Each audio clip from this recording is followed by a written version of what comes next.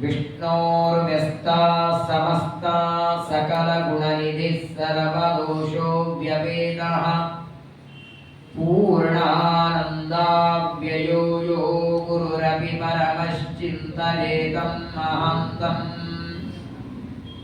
जन्माद्यस्य यतोऽन्वयादितरतश्चार्थेष्वभिज्ञस्वराट् तेने ब्रह्महृदाय आदिकवये मुह्यन्ति यं सूरयः तेजो वारिमृदां यथा विनिमयो यत्र त्रिसर्गो मृषा धाम्ना स्वेन सदा निरस्तकुहकं सत्यं परं धीमहि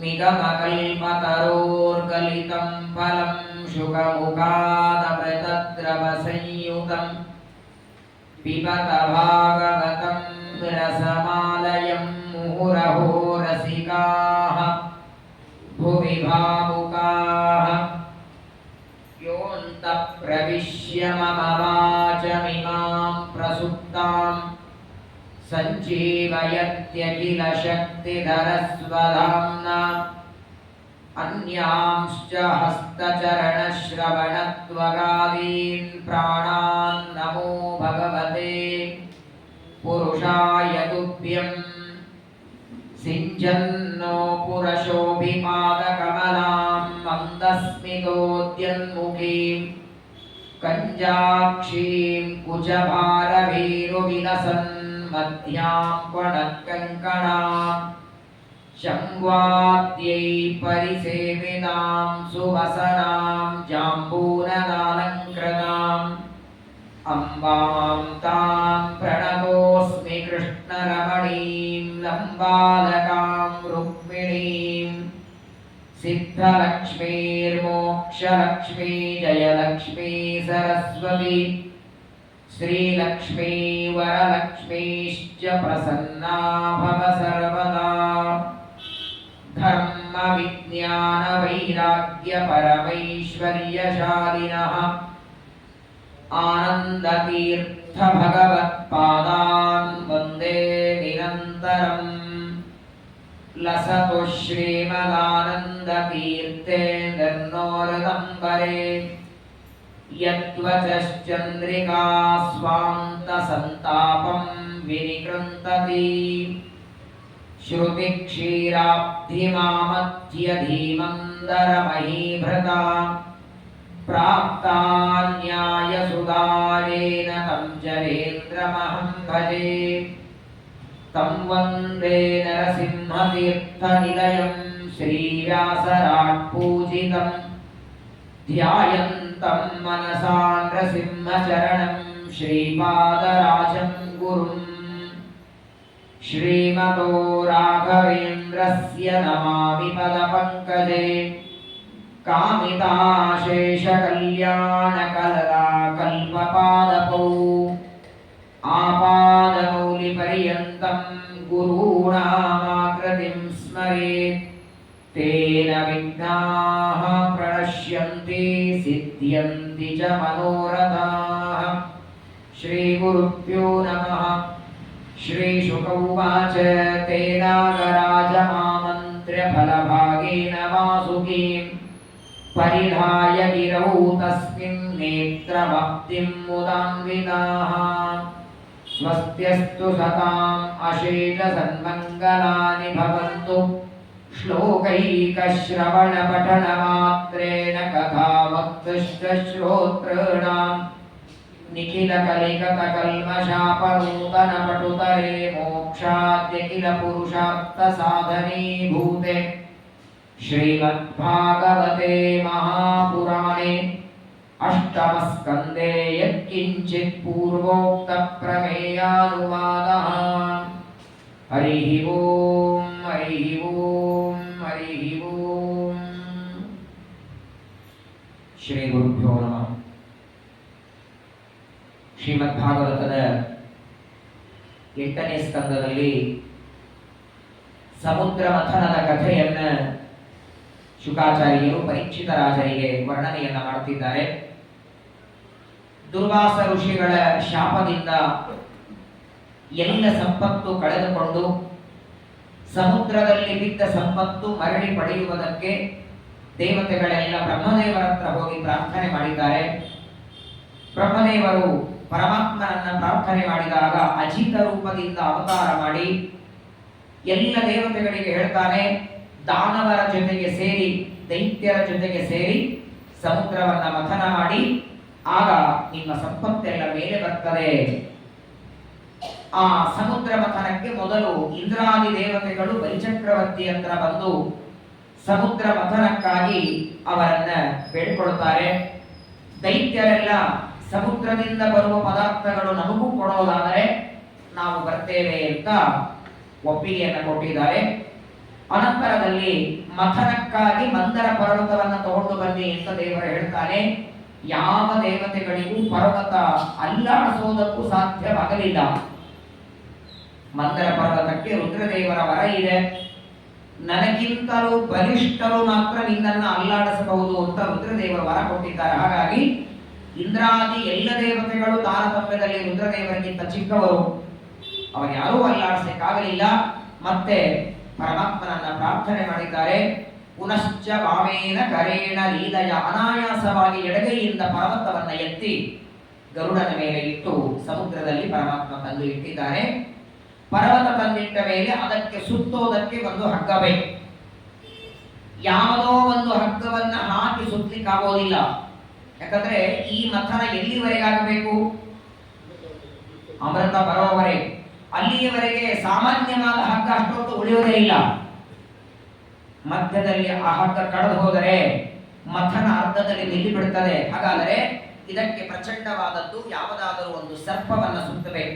ಉಳಿದೆಲ್ಲ ಹಾವುಗಳಿಗೆ ಕೇಳಿದ್ರು ಯಾರು ಒಪ್ಪಲಿಲ್ಲ. ತಕ್ಷಕರಿಗೆ ಕೇಳ್ತಾರೆ, ಓ ನನ್ನ ಪರೀಕ್ಷಿತನಿಗೆ ಕಚ್ಚೋದಕ್ಕೆ ಹೋಗ್ಬೇಕು, ನಾನು ಬರಲ್ಲ. ಕರ್ಕೋಟಕ, ಅನಂತ, ಶಂಖಪಾಲ, ಧೃತರಾಷ್ಟ್ರ ಇವೆಲ್ಲ ಹಾವುಗಳು. ಯಾವ ಹಾವುಗಳಿಗೂ ಕೇಳಿದ್ರೆ ಯಾರು ಒಪ್ಕೋತಾರೆ ಹೇಳಿ? ತಮ್ಮನ್ನ ಪರ್ವತಕ್ಕೆ ಹಾಕಿ ಎಳೆದಾಡ್ತೇನೆ ಬರೀ ಅಂದ್ರೆ ಬರ್ತಾರ?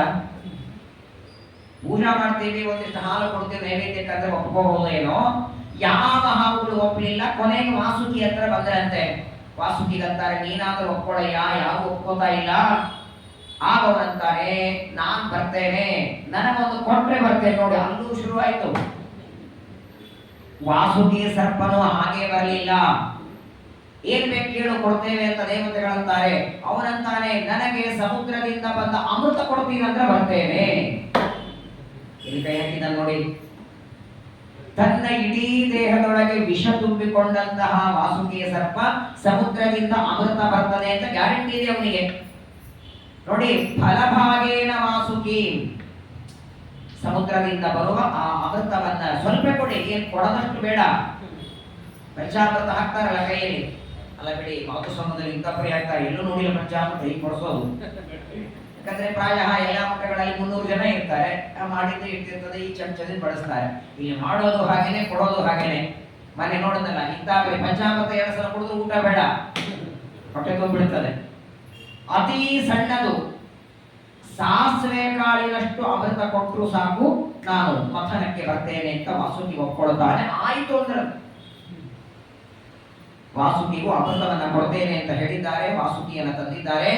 ಆ ಭಯಂಕರವಾದ ಎತ್ತರವಾದ ಶತಕೋಟಿ ವಿಸ್ತೀರ್ಣವಾದ ಮಂದರ ಪರ್ವತಕ್ಕೆ ವಾಸುಕಿಯನ್ನ ಸುತ್ತಿ ಮೊದಲು ಆ ಸರ್ಪದ ಮುಖಭಾಗವನ್ನ ದೇವತೆಗಳು ಹಿಡಿದಿದ್ದಾರೆ. ಮುಖಭಾಗದಲ್ಲಿ ದೇವತೆಗಳು, ಬಾಲದ ಭಾಗದಲ್ಲಿ ದೈತ್ಯರು ಹಿಡಿದಿದ್ದಾರೆ. ಮಥನ ಪ್ರಾರಂಭ ಆಯಿತು. ತದನೈಚ್ಛಂ ದೈತ್ಯಪತಯಃ ಮಹಾಪುರುಷ ಚೇಷ್ಟಿತಂ ನಗ್ರಿಣೀಸೋ ಸಮಂ ವಚ್ಚಂ ಪುಚ್ಚಮೆಂಗಂ ಅಮಂಗಲಂ. ಆದರೆ ಪ್ರಾರಂಭದಲ್ಲಿ ಮುಖದ ಭಾಗದಲ್ಲಿ ದೇವತೆಗಳು, ದೈತ್ಯರು ಬಾಲ ಭಾಗದಲ್ಲಿ ಮಥನ ಶುರುವಾಗಿದೆ. ಒಂದೊಂದು ಬಾರಿ ಹೀಗೆ ಎಳಿತಿದ್ರೆ ಆ ವಾಸುಕಿ ಸರ್ಪದ ಮುಖದಿಂದ ವಿಷದ ಗಾಳಿ ಬರ್ತಿದೆ. 2-3 ಬಾರಿ, 2 ಬಾರಿನೇ ಮೇಲ್ ಹೋಗಿ ಕೆಳಗೆ ಬಂದು, ಮೇಲ್ ಹೋಗಿ ಕೆಳಗೆ ಬಂದು ಮಾಡಿ. 2 ನಿಮಿಷ ಮಾತಾಡ್ಸ ಹೋಗಿಲ್ಲ. ಒಂದು ಹಾವನ್ನ ಪರ್ವತಕ್ಕೆ ಹಾಕಿ ಚೆನ್ನಾಗಿ ಗಸಗಸ ತಿಕ್ತಾ ಇದ್ರೆ ಆ ವಿಷದ ಉಸುರೆ ಬಿಡ್ತಿದ್ದಾನೆ ವಾಸುಕಿ. ಒಬ್ಬೊಬ್ಬರಾಗಿ ದೇವತೆಗಳು ನೆಲದ ಮೇಲೆ ಬಿಡುತ್ತಿದ್ದಾರೆ. ತಡಿಲಿಕ್ಕೆ ಆಗ್ತಾ ಇಲ್ಲ. ಸಾಮಾನ್ಯ ಹಾವಲ್ಲ ಅದು. ಯಾವಾಗ ದೇವರು ಒಬ್ಬೊಬ್ಬರಾಗಿ ಬೀಳಲಿಕ್ಕೆ ಶುರು ಮಾಡಿದರೋ ಹಾಗಾದ್ರೆ ಮಥನ ನಡೆಯೋದು ಹೇಗೆ? ಆ ಸಂದರ್ಭದಲ್ಲಿ ಪರಮಾತ್ಮ ಮತ್ತೆ ವಿಚಾರವನ್ನ ಮಾಡ್ತಾನೆ. ಸತ್ಯ ಸಂಕಲ್ಪ ದೇವರು ಏನಾದರೂ ಒಂದು ಉಪಾಯವನ್ನ ಮಾಡಿ ದೇವತೆಗಳನ್ನ ಬಾಲದ ಕಡೆಗೆ ಬರುವ ಹಾಗೆ, ದೈತ್ಯರನ್ನ ಮುಖದ ಕಡೆಗೆ ಹೋಗೋ ಹಾಗೆ ಮಾಡಬೇಕು.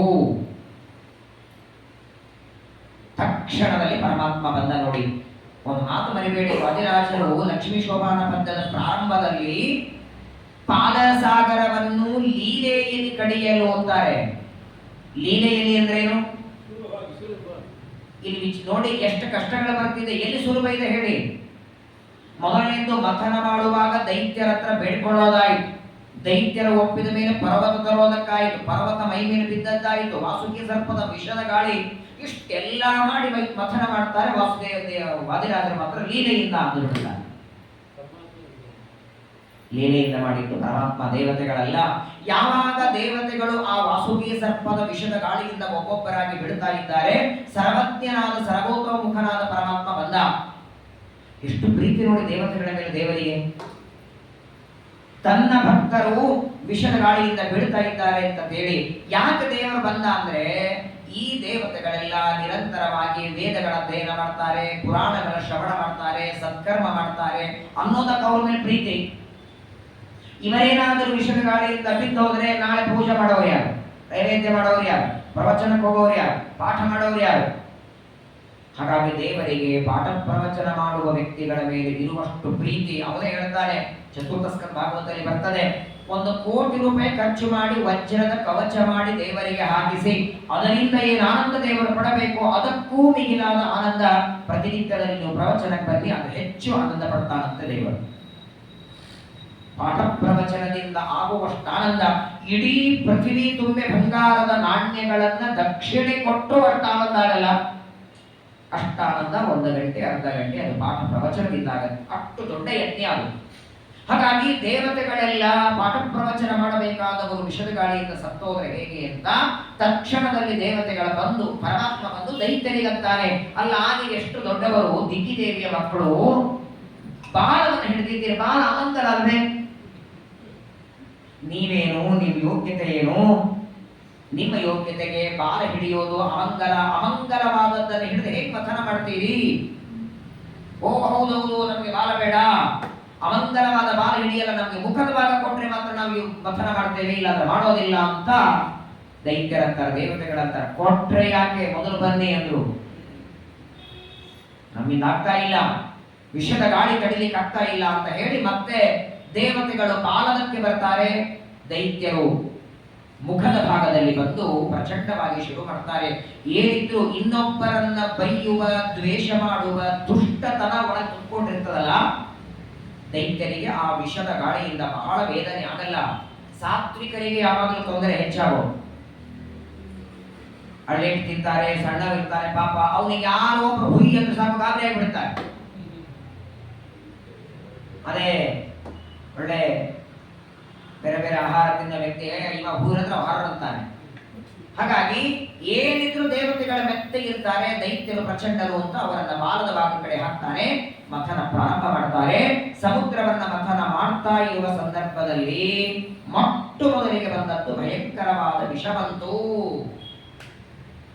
ಚಿತ್ತ ನೋಡಿ, ವಿಲೋಕ್ಯ ವಿಕ್ಲೇಶ ಗತಿಂತರೇಶ್ವರ ದುರಂತ ವಿರ್ಯೋ ವಿತತಾಪಿ ಸಂಧಿ ಕೃತ್ವಾ ವಪುಃ ಕಾಚ್ಛಪಮದ್ಭುತಂ ಮಹತ ಪ್ರವಿಶ್ಯತೋಯಂ ಗಿರಮುಚ್ಛಹಾರ. ಮೊದಲು ಆ ದೇವದಾನವರು ಪತನವನ್ನ ಮಾಡ್ತಾ ಇರುವಾಗ ಸಮುದ್ರ, ಆ ಮಂದರ ಪರ್ವತ ಕ್ರಮವಾಗಿ ಭೂಮಿಯಲ್ಲಿ ಮುಳುಗೋದಕ್ಕೆ ಶುರುವಾಯಿತು. ಭಾರವಾದ ವಸ್ತು ನೀರಿನ ಮೇಲೆ ತೇಲೋದಿಲ್ಲ. ನೀರಿನ ಮೇಲೆ ಕಟ್ಟಿಗೆ ಹಾಕಿರುತ್ತೆ ಇರ್ತದೆ, ಒಂದು ಪೇಪರ್ ಒಗೆದಿರುತ್ತೆ ಇರ್ತದೆ, ಕಲ್ಲು ಹಾಕಿದ್ರೆ ಮುಳುಗುತ್ತದೆ. ಭಾರವಾದ ಕಲ್ಲು ನೀರಿನ ಮೇಲೆ ತೇಲಿದ್ದು ಒಂದೇ ಸಲ ತ್ರೇತಾಯುಗದಲ್ಲಿ. ಅದು ಮೇಲೆ ಪರಮಾತ್ಮನ ಹೆಸರಿದ್ದಕ್ಕೆ ರಾಮ ಅಂತ ಬರೆದರೆ ಸಾಕಂತೆ ಆ ಕಲ್ಲುಗಳೆಲ್ಲ ತೇಲಬೇಕು. ಅದು ಬಿಟ್ರೆ ಎಲ್ಲಿಯೂ ಕೂಡ ಭಾರವಾದ ವಸ್ತು ತೇಲಿದ್ದಲ್ಲ. ಎಷ್ಟು ವಿಚಿತ್ರ ನೋಡಿ. ಆ ಮಂದರ ಪರ್ವತವನ್ನ ತಂದು ಇಟ್ಟು ಮಥನ ಮಾಡ್ತಾರೆ. ಕಡಿತಾ ಕಡಿತಾ ಭೂಮಿಯೊಳಗೆ ಹೋಗಿದೆ. ಎಷ್ಟು ಹೋಗಿತ್ತು ಗೊತ್ತಾ ಭೂಮಿಯಲ್ಲಿ?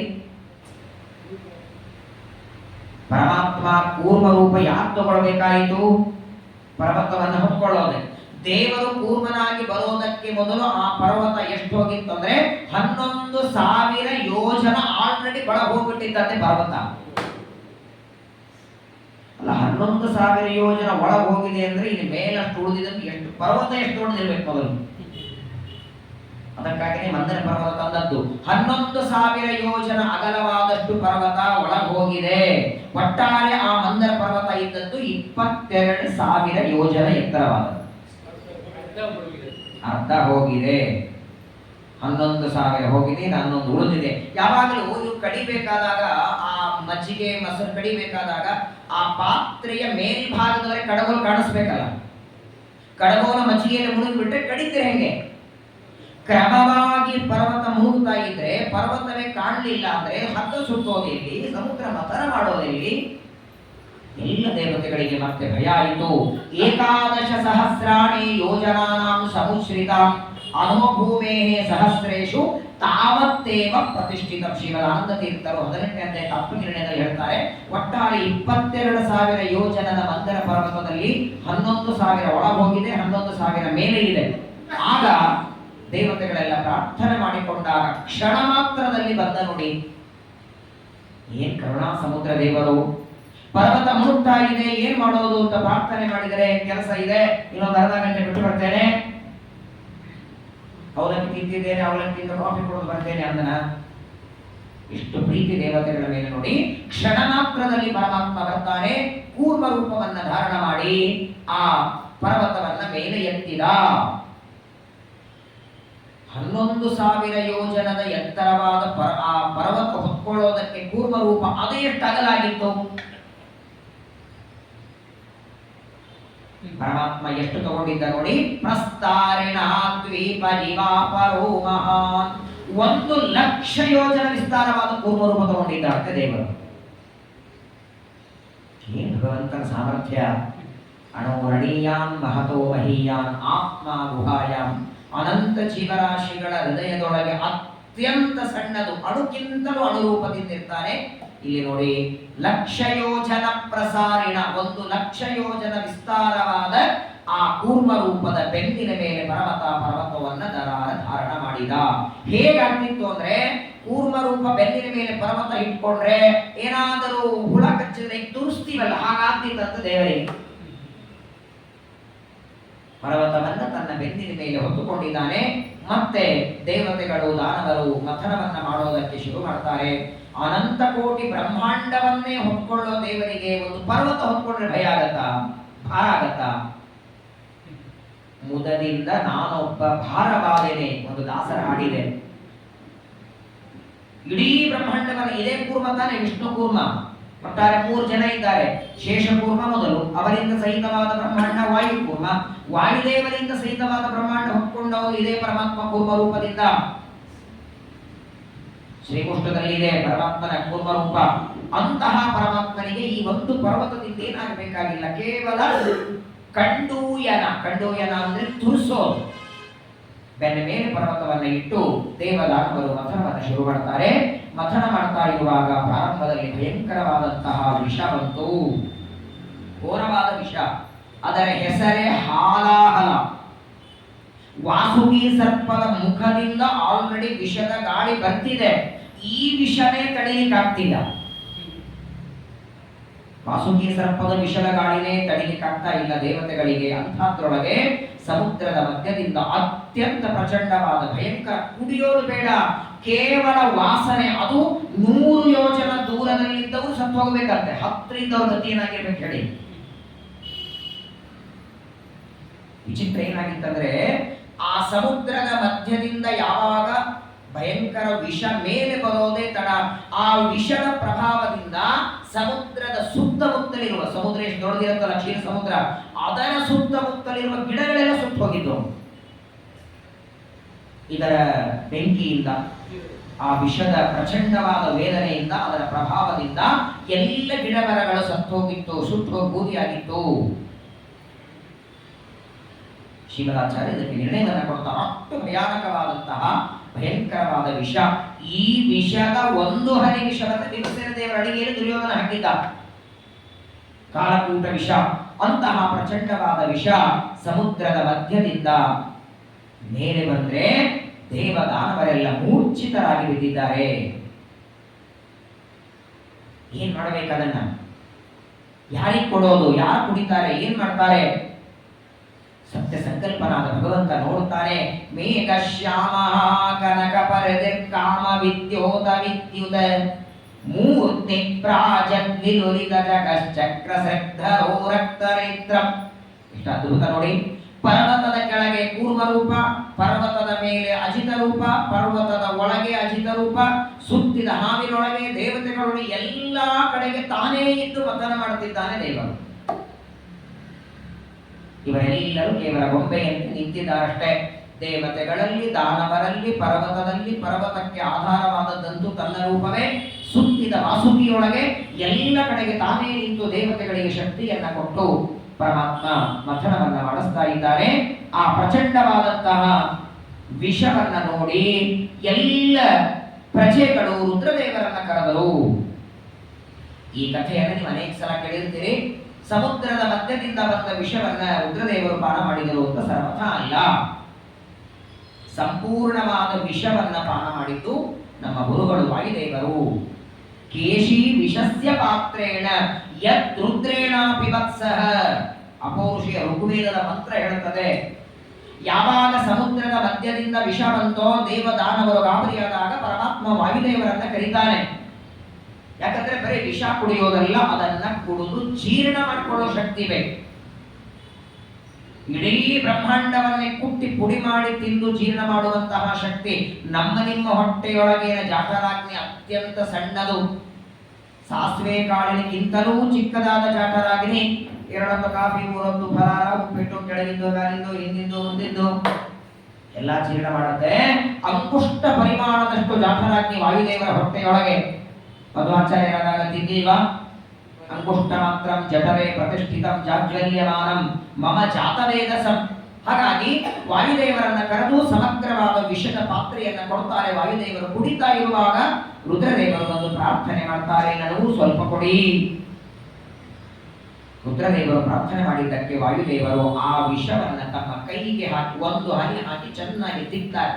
ತಿಕ್ಕಿದಷ್ಟು ಅದರ ಪ್ರಭಾವ ಕಡಿಮೆ ಆಗದು. ತಿಕ್ಕಿ ತಿಕ್ಕಿ ತಿಕ್ಕಿ ಸ್ವಲ್ಪ ಭಾಗ ಮಾತ್ರ ರುದ್ರದೇವರಿಗೆ ಕೊಡುತ್ತಾರೆ. ಅದೂ ಕೂಡ ರುದ್ರದೇವರಿಗೆ ಜೀರ್ಣವಾಗಲಿಲ್ಲ. ಕಂಠದಲ್ಲಿ ಬಂದು ನಿಂತುಕೊಂಡು ಕಂಠವೆಲ್ಲ ನೀಲವಾದಾಗ ನೀಲಕಂಠ ಅಂತ ಹೆಸರು ಬಂತು. ನಂಜುಂಡ, ನಂಜು ಉಂಡ. ಆದರೆ ನೋಡಿ, ಸಮಗ್ರವಾದ ವಿಷವನ್ನ ಪಾನ ಮಾಡಿದ್ದು ವಾಯುದೇವರಾದರೂ ಕೂಡ ಕೀರ್ತಿ ಮಾತ್ರ ರುದ್ರದೇವರಿಗೆ ಕೊಟ್ಟರು. ವಾಯುದೇವರು ತಾವು ಕೀರ್ತಿ ತಗೊಳ್ಳಿಲ್ಲ. ಜಗತ್ತಿನೊಳಗೆ ಎಲ್ಲಾ ಕಡೆಗೂ ಪ್ರಸಿದ್ಧಿಯಾಯಿತು. ಸಮುದ್ರದ ಮಧ್ಯದಿಂದ ಬಂದಂತಹ ವಿಷವನ್ನ ರುದ್ರದೇವರು ಪಾನ ಮಾಡಿದರು. ಆದರೆ ಆ ರುದ್ರದೇವರಿಗೆ ಅತ್ಯಂತ ಸಣ್ಣದಾದ ಆ ವಿಷದ ಒಂದು ಬಿಂದು, ಅಷ್ಟು ವಿಷವೇ ಅವರಿಗೆ ತಾಳ್ಕೊಳ್ಳಿಕ್ಕಾಗಲಿಲ್ಲ. ಪ್ರಾಣಿ ಸ್ವೈ ಪ್ರಾಣಿನಃ ಪಾಪ್ತಿ ಸಾಧವ ಕ್ಷಣ ಭಂಗುರೈಹಿ. ಇಡೀ ಜಗತ್ತನ್ನ ಸುಟ್ಟಾಕುವ ವಿಷವನ್ನ ರುದ್ರದೇವರು ಸಣ್ಣ ಕೊಡುತ್ತಿದ್ದಾರೆ. ಹಾಗಾಗಿ ತಲೆ ಮೇಲೆ ಗಂಗೆಯನ್ನು ಇಟ್ಕೊಳ್ತಾರೆ, ಚಂದ್ರನನ್ನು ಇಟ್ಕೊಳ್ತಾರೆ, ತಂಪಾದ ಹಾವುಗಳನ್ನ ಸುಟ್ಕೊಳ್ತಾರೆ, ಗಜ ಚರ್ಮ ಉಟ್ಕೊಳ್ತಾರೆ. ಯಾವಾಗಲೂ ನೋಡಿ, ವಿಷದ ಬಾಧೆಯಾದಾಗ ಆ ವ್ಯಕ್ತಿಗೆ ತಂಪಾಗಿರಬೇಕು, ರಾತ್ರಿ ಮಲಗಬಾರದು. ವಿಷ ಅಕಸ್ಮಾತ್ತಾಗಿ ಹಾವು ಕಡಿದರೆ ಏನೇನು ವಿಷ ಪರಿಹಾರಕ್ಕೆ ಬೇಕು ಅದೆಲ್ಲವನ್ನ ರುದ್ರದೇವರು ಮಾಡ್ಕೊಳ್ತಾರೆ. ಇನ್ನು ಒಂದು ಮಾತು ಮರಿಬೇಡಿ, ವಿಷಪಾನ ಮಾಡಿದ ಮೇಲೆ ರುದ್ರದೇವರು ಕೈಲಾಸಕ್ಕೆ ಹೋಗಿ ಬಿಡ್ತಾರೆ. ಮುಂದಿನ ಯಾವ ಕಾರ್ಯಗಳಿಗೂ ರುದ್ರದೇವರು ಇರಲ್ಲ. ಯಾಕೆ ಗೊತ್ತಾ? ಮುಂದೆ ಧನ್ವಂತರಿ ರೂಪದಿಂದ ಅಮೃತ ತರ್ತಾನೆ, ಮೋಹಿನಿ ರೂಪದಿಂದ ಅಮೃತವನ್ನ ಬಡಿಸ್ತಾನೆ. ಎಲ್ಲ ದೇವತೆಗಳ ಅಮೃತ ಕುಡಿದ ಮೇಲೆ ದೇವತೆಗಳೆಲ್ಲ ಹೋಗಿ ರುದ್ರದೇವರಿಗೆ ಅಂತಾರೆ, ಪರಮಾತ್ಮ ಒಳ್ಳೆ ಹೆಣ್ಣಿನ ರೂಪ ತಗೊಂಡಿದ್ದ, ಮೋಹಿನಿಯಾಗಿದ್ದ. ಆಗ ರುದ್ರದೇವರು ಬಂದು ನಾನು ನೋಡಬೇಕು, ತೋರಿಸು ಅಂತ. ನೀನು ಮೋಹಿನಿಯಾಗಿ ಅಮೃತವನ್ನ ಬಡಿಸಿದ್ದರೆ ನಾನು ನೋಡಬೇಕು ಅಂದ್ರೆ ಮೊದಲನೇ ಸಲ ಅವ್ರು ಇದ್ದಿದ್ದಿಲ್ಲ ಅಂತ ಆಗೋದಿರಲಿಲ್ಲ. 2ನೇ ಬಾರಿ ನನಗೋಸ್ಕರ ರೂಪವನ್ನು ತೋರಿಸುವಂತಾನೆ, ಬೇಡ ಅಂತಾರೆ ದೇವರು. ತಾತ್ಕಾಲಿಕವಾಗಿ ಹೆಣ್ಣಾಗಿದ್ದೆ, ನೀ ನೋಡೋದು ಬೇಡ ಮೊದಲು ಅಂದ. ನೀನೇನಾದರೂ ಆ ರೂಪ ನೋಡಿದರೆ ಮತ್ತೆ ಮೋಹಿತನಾಗ್ತಿ ಅಂತ ಹೇಳ್ತಾನೆ. ಹಾಗಾಗಿ ರುದ್ರದೇವರು ವಿಷವನ್ನ ಪಾನ ಮಾಡಿ ತದ್ವಿಷಂ ಜಕ್ತು ಮಾರೇಭ್ಯೆ ಪ್ರಭವಾಜ್ಞಾನ್ವ ಮೋಚಕ. ಪರಮಾತ್ಮನ ಅನುಗ್ರಹ ವಿಶೇಷವಾಗಿ ಇದಕ್ಕೆ ನೋಡಿ ಶ್ರೀಮದ್ ಆನಂದ ತೀರ್ಥ ಭಗವತ್ಪಾದಾಚಾರ್ಯರು ಎಷ್ಟು ಪ್ರಮಾಣ ಕೊಡುತ್ತಾರೆ. ಇವತ್ತಿನ ಜಗತ್ತಿನೊಳಗೆ ಅನೇಕರಿಗೆ ಗೊತ್ತಿರೋದು ರುದ್ರದೇವರು ಮಾತ್ರ ಅದನ್ನ ಪಾನ ಮಾಡಿದ್ದು ಅಂತ ಶ್ರೀಮದ್ ಆನಂದ ತೀರ್ಥ ಭಗವತ್ಪಾದಾಚಾರ್ಯರು ಮಹಾಭಾರತ ಆತ್ಮನಿರ್ಣಯದ 10ನೇ ಅಧ್ಯಾಯದಲ್ಲಿ 13ನೇ ಶ್ಲೋಕದಿಂದ 16ನೇ ಶ್ಲೋಕ ಮನೆಗೆ ಹೋದ್ಮೇಲೆ ನೋಡಿಬೇಕಾದ್ರೆ 13, 14, 15, 16 4 ಶ್ಲೋಕಗಳು 10ನೇ ಅಧ್ಯಾಯದಲ್ಲಿ ತದಾ ಜಗತ್ಸ್ಯಾಪಿ ವಿಷಂ ಸಮುತ್ತಿತಂ ತ್ವದಾಜ್ಞೆಯ ವಾಯುರಧಾಕರೇ ನಿಜೆ. ಕಲಿಯನ್ನ ನಿಗ್ರಹ ಮಾಡುವ ಸಾಮರ್ಥ್ಯ, ಆ ಕಲಿಯಷ್ಟೇ ಪ್ರಭಾವವಿರುವ ವಿಷವನ್ನು ಜೀರ್ಣ ಮಾಡುವ ಸಾಮರ್ಥ್ಯ ವಾಯುದೇವರ ಹೊರತಾಗಿ ಬೇರೆಯವರಿಗಿಲ್ಲ. ಹಾಗಾಗಿ ಸಮಗ್ರವಾದ ವಿಷವನ್ನ ವಾಯುದೇವರು ಪಾನ ಮಾಡಿ ರುದ್ರದೇವರಿಗೆ ಸ್ವಲ್ಪ ಭಾಗವನ್ನ ಕೊಡ್ತಾರೆ. ರುದ್ರದೇವರು ವಿಷವನ್ನ ಪಾನ ಮಾಡುತ್ತಾರೆ. ಆ ವಾಯುದೇವರು ಪಾನ ಮಾಡುವಾಗ ಹೀಗೆ ಕುಡಿತಿದ್ರಂತೆ. ಆ ವಿಷದ ಪಾತ್ರೆಯನ್ನು ನೇರವಾಗಿ ಪಾತ್ರೆಯಿಂದ ಯಾವುದೂ ಕುಡಿಬಾರದು. ಯಾವುದು ಪಾತ್ರೆಯಿಂದ ಕುಡಿತಕ್ಕದ್ದಲ್ಲ, ದೇವರು ಕೊಟ್ಟ ಪಾತ್ರೆಯಿಂದ. ವಾಯುದೇವರು ವಿಷಪಾನ ಮಾಡುವಾಗ ಆ ವಾಯುದೇವರ ಕೈಗಳಿಂದ ಒಂದೊಂದು ಹನಿಗಳು ಕೆಳಗೆ ಬಿತ್ತೋ ಅವುಗಳೇ ಇವತ್ತು ಹಾವು ಚೀಲಗಳಾಗಿ ಭೂಮಿಯಲ್ಲಿವೆ. ಕುಡಿಯುವಾಗ ಕೆಳಗಿನಿಂದ ಬಿದ್ದ ಒಂದೊಂದು ಹನಿ ಅಕಸ್ಮಾತ್ ಅಷ್ಟು ವಿಷ ಬಿಟ್ಬಿಟ್ಟಿದ್ರೆ ಬರೀ ಅವರೇ ಇರೋರು. ಆದರೂ ನೋಡಿ ಈಗ ಅನೇಕ ಹಾವುಗಳಲ್ಲಿ ಸ್ವಲ್ಪ ವಿಷದ ಬಾಧೆ ಕಡಿಮೆ ಆಗಿದೆ.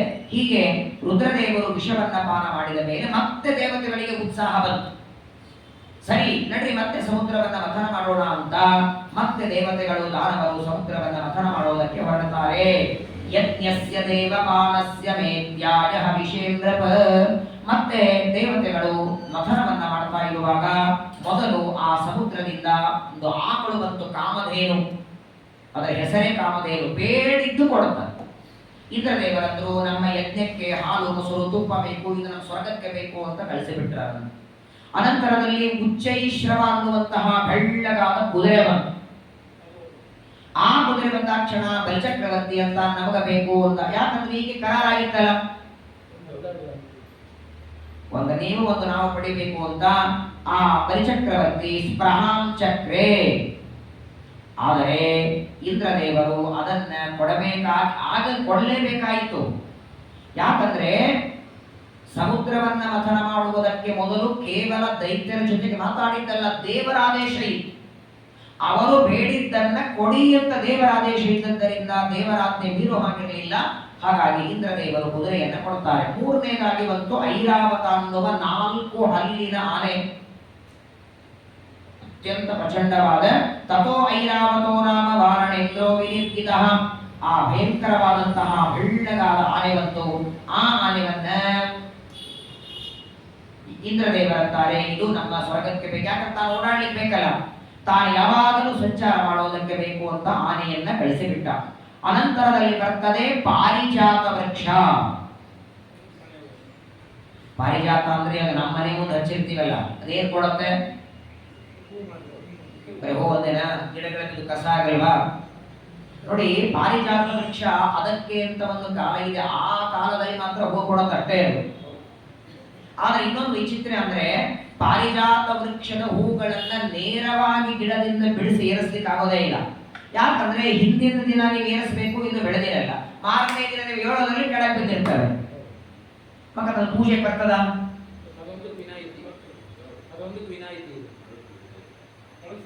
ಏನಿದ್ರು ನಾವೆಲ್ಲ ಓಡಾಡುವ ಭೂಮಿಯಲ್ಲಿ ಬಿದ್ದರೆ ಪೂಜೆ ಬರುತ್ತಾ ಅದು.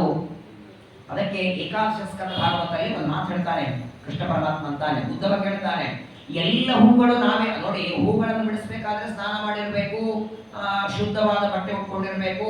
ದೇವರ ಪೂಜೆ ಪಾತ್ರೆಯಲ್ಲಿ ಬಿಡಿಸ್ಬೇಕಂತೆ. ನಾವು ಊಟ ಮಾಡೋ ತಟ್ಟೆ ಅಥವಾ ಎಲ್ಲೋ ಹೊರಟಿದ್ರೆ ವಾಕಿಂಗಕ್ಕೆ ಎಲ್ಲೋ ಹೋಗಾಡೋ ಕಿಶದಾಗ ಹಾಕೊಂಡು ಬರೋ ಹಂಗಿಲ್ಲ, ಕಾಗದೊಳಗೆ ಕಟ್ಕೊಳ್ಳೋ ಹಂಗಿಲ್ಲ, ಬಟ್ಟೆ ಒಳಗೆ ಕಟ್ಕೊಳ್ಳೋ ಹಂಗಿಲ್ಲ, ಪ್ಲಾಸ್ಟಿಕ್ ಚೀಲ ಇಲ್ಲ. ಟೀಕಾ ಪ್ರತಿಪಾದರು ಪದ್ಯಮಾನ ಅಂತ ಬರೆದಿದ್ದಾರೆ. ಪ್ರಾರಂಭದಲ್ಲಿ ಹೂವಿನ ಬಗ್ಗೆ ಹೇಳ್ತಾರೆ. ಅದನ್ನ ಕೇಳಿಬಿಟ್ರೆ ಹೂವಿಗೆ ಸ್ವಲ್ಪ ಬೇಡ ಅಂತೀವಿ ನಾವು. ಹಾಗಾದರೆ ಪಾರಿಜಾತ ವೃಕ್ಷವನ್ನು ನೆಲಕ್ಕೆ ಬಿದ್ದು ಬಿಡುತ್ತದೆ, ಹೆಂಗೆ ಏರಿಸೋದು ಅಂದಾಗ ಒಂದು ಮಾತು ಕೃಷ್ಣ ಹೇಳ್ತಾನೆ.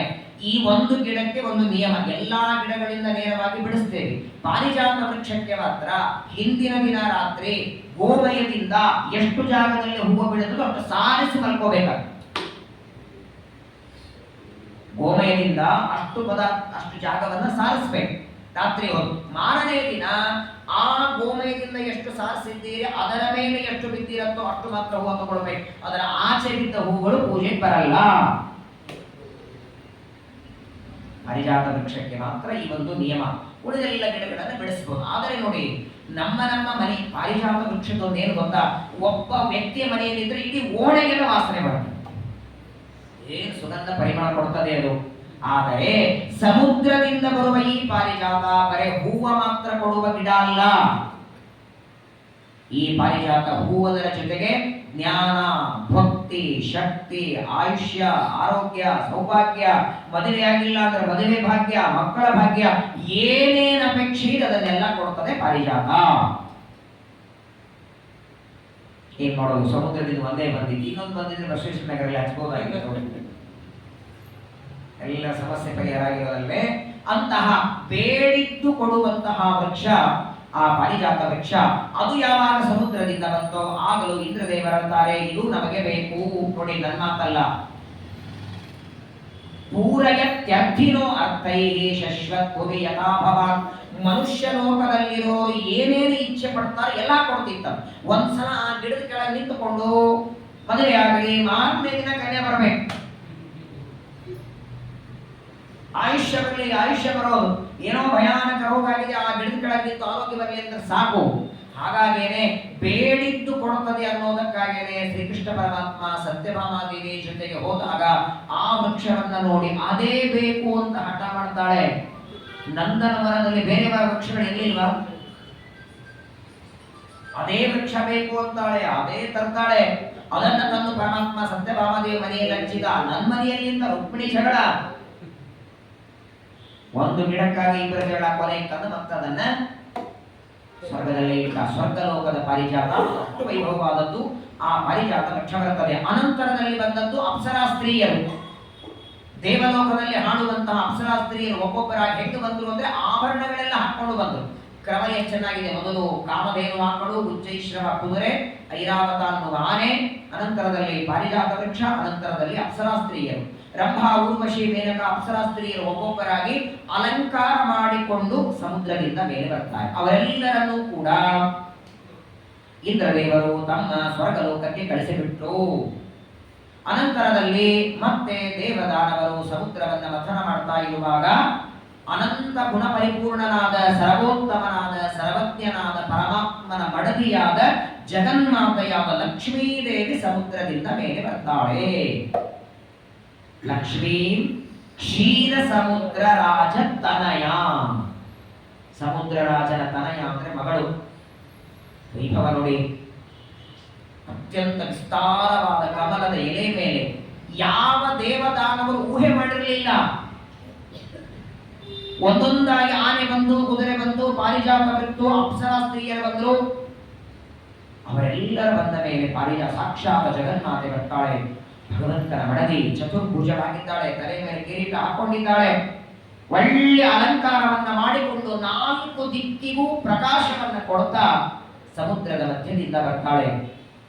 ಲಕ್ಷ್ಮೀದೇವಿ ಇನ್ನೂ ಸಮುದ್ರದಿಂದ ಮೇಲೆ ಬರ್ತಿದ್ದಾಳೆ. ಇವಳು ಲಕ್ಷ್ಮಿ ಅಂತ ದೈತ್ಯರಿಗೆ ಗೊತ್ತಿಲ್ಲ.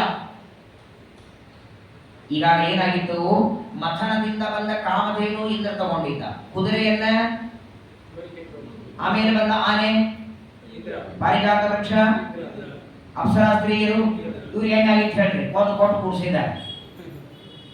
ಮಥನ ಮಾಡಿದಾಗ ಬರೋದರಲ್ಲಿ ಅರ್ಧ ಕೊಡ್ತೇನೆ ಅಂತ ಹೇಳಿ ಕೊಟ್ಟದ್ದೇನು, ಯಾವಾಗ ಲಕ್ಷ್ಮೀದೇವಿ ಬರ್ತಾಳೆ ಆಗ ಮಾತ್ರ ದೈತ್ಯರಂತಾರೆ ಈ ಕನ್ಯೆ ನಮಗೆ ಬೇಕು. ಪ್ರಹಾಂ ಚಕ್ರೆ, ಆ ಲಕ್ಷ್ಮೀದೇವಿಯ ಮುಖದ ಸೌಂದರ್ಯ, ಲಕ್ಷ್ಮಿ ಅಂತಲ್ಲ, ಸಮುದ್ರದ ಮಧ್ಯದಿಂದ ಕನ್ಯಾ ಬಂದಿದ್ದಾಳೆ, ಈ ಕನ್ಯಾಮಣಿಯನ್ನ ಮದುವೆ ಆಗಬೇಕು ಅಂತ. ಅದೇನು ವಾಸುಕಿ ಸರ್ಪ ಕೈಯಾಗಿತ್ತಲ್ಲ, ಅಲ್ಲೇ ಒಗದರಂತೆ. ಆ ಸಮುದ್ರದಿಂದ ಬಂದ ಲಕ್ಷ್ಮೀ ದೇವಿಯನ್ನ ನೋಡಿ ಅವಳಲ್ಲಿ ಇಚ್ಛೆ ಬಂತು, ಅವಳನ್ನ ಪಡೆಯುವ ಇಚ್ಛೆ ಬಂತು, ಅವಳು ಗಾಬರಿ ಆಗ್ತಾಳೆ. ಈಗ ಇವರೆಲ್ಲ ಒಮ್ಮೆ ಮೈ ಮೇಲೆ ಬರ್ತಿದ್ದಾರಲ್ಲ, ಎಲ್ಲ ದೇವದಾನವರು ಲಕ್ಷ್ಮಿಯನ್ನ ಇಚ್ಛೆ ಪಟ್ಟಾಗ ಲಕ್ಷ್ಮೀ ದೇವಿ ಓಡೋದಕ್ಕೆ ಶುರು ಮಾಡ್ತಾಳೆ. ತಶ್ಯಾಶ್ವಸನಮಾನೀಯೈ ಮಹೇಂದ್ರೋ ಮಹದದ್ಭುತಂ ಮೂರ್ತಿಮತ್ಯಃ ಸದೈಶ್ಚಿತ್ತ ಹೇಮ ಕುಂಭೈರ್ಜಲಂ ಶುಚೈಃ. ಯಾವಾಗ ಸಮುದ್ರದಿಂದ ಲಕ್ಷ್ಮೀ ದೇವಿ ಬರ್ತಾಳೆ, ಇಂದ್ರದೇವರು ಸಿಂಹಾಸನ ಕೊಟ್ಟಂತೆ. ಆದರೆ ದೇವತೆಗಳಿಗೆ, ದಾನವರಿಗೆ, ದಾನವರಂತೂ ಸರಿ, ಅವ್ರು ಏನಿದ್ರು ಇನ್ನೊಬ್ಬ ಸ್ತ್ರೀಯ ಮೇಲೆ ಕಣ್ಣು ತಾನೇ ಬರೋದು. ಪರಸ್ತ್ರೀಯರನ್ನ ಅಪೇಕ್ಷೆ ಪಡೋದೇ ದಾನವರ ಕೆಲಸ. ಸಮುದ್ರದಿಂದ ಬಂದ ಲಕ್ಷ್ಮೀ ದೇವಿಯನ್ನ ನೋಡಿ ಅವಳ ಸೌಂದರ್ಯಕ್ಕೆ ಮೋಹಿತರಾಗಿ ಅವಳನ್ನ ಇಚ್ಛೆ ಪಡ್ತಾರೆ. ಆದರೆ ಒಬ್ಬಳೇ ಲಕ್ಷ್ಮಿ, ಇಷ್ಟು ಜನ ಇದ್ದಾರೆ.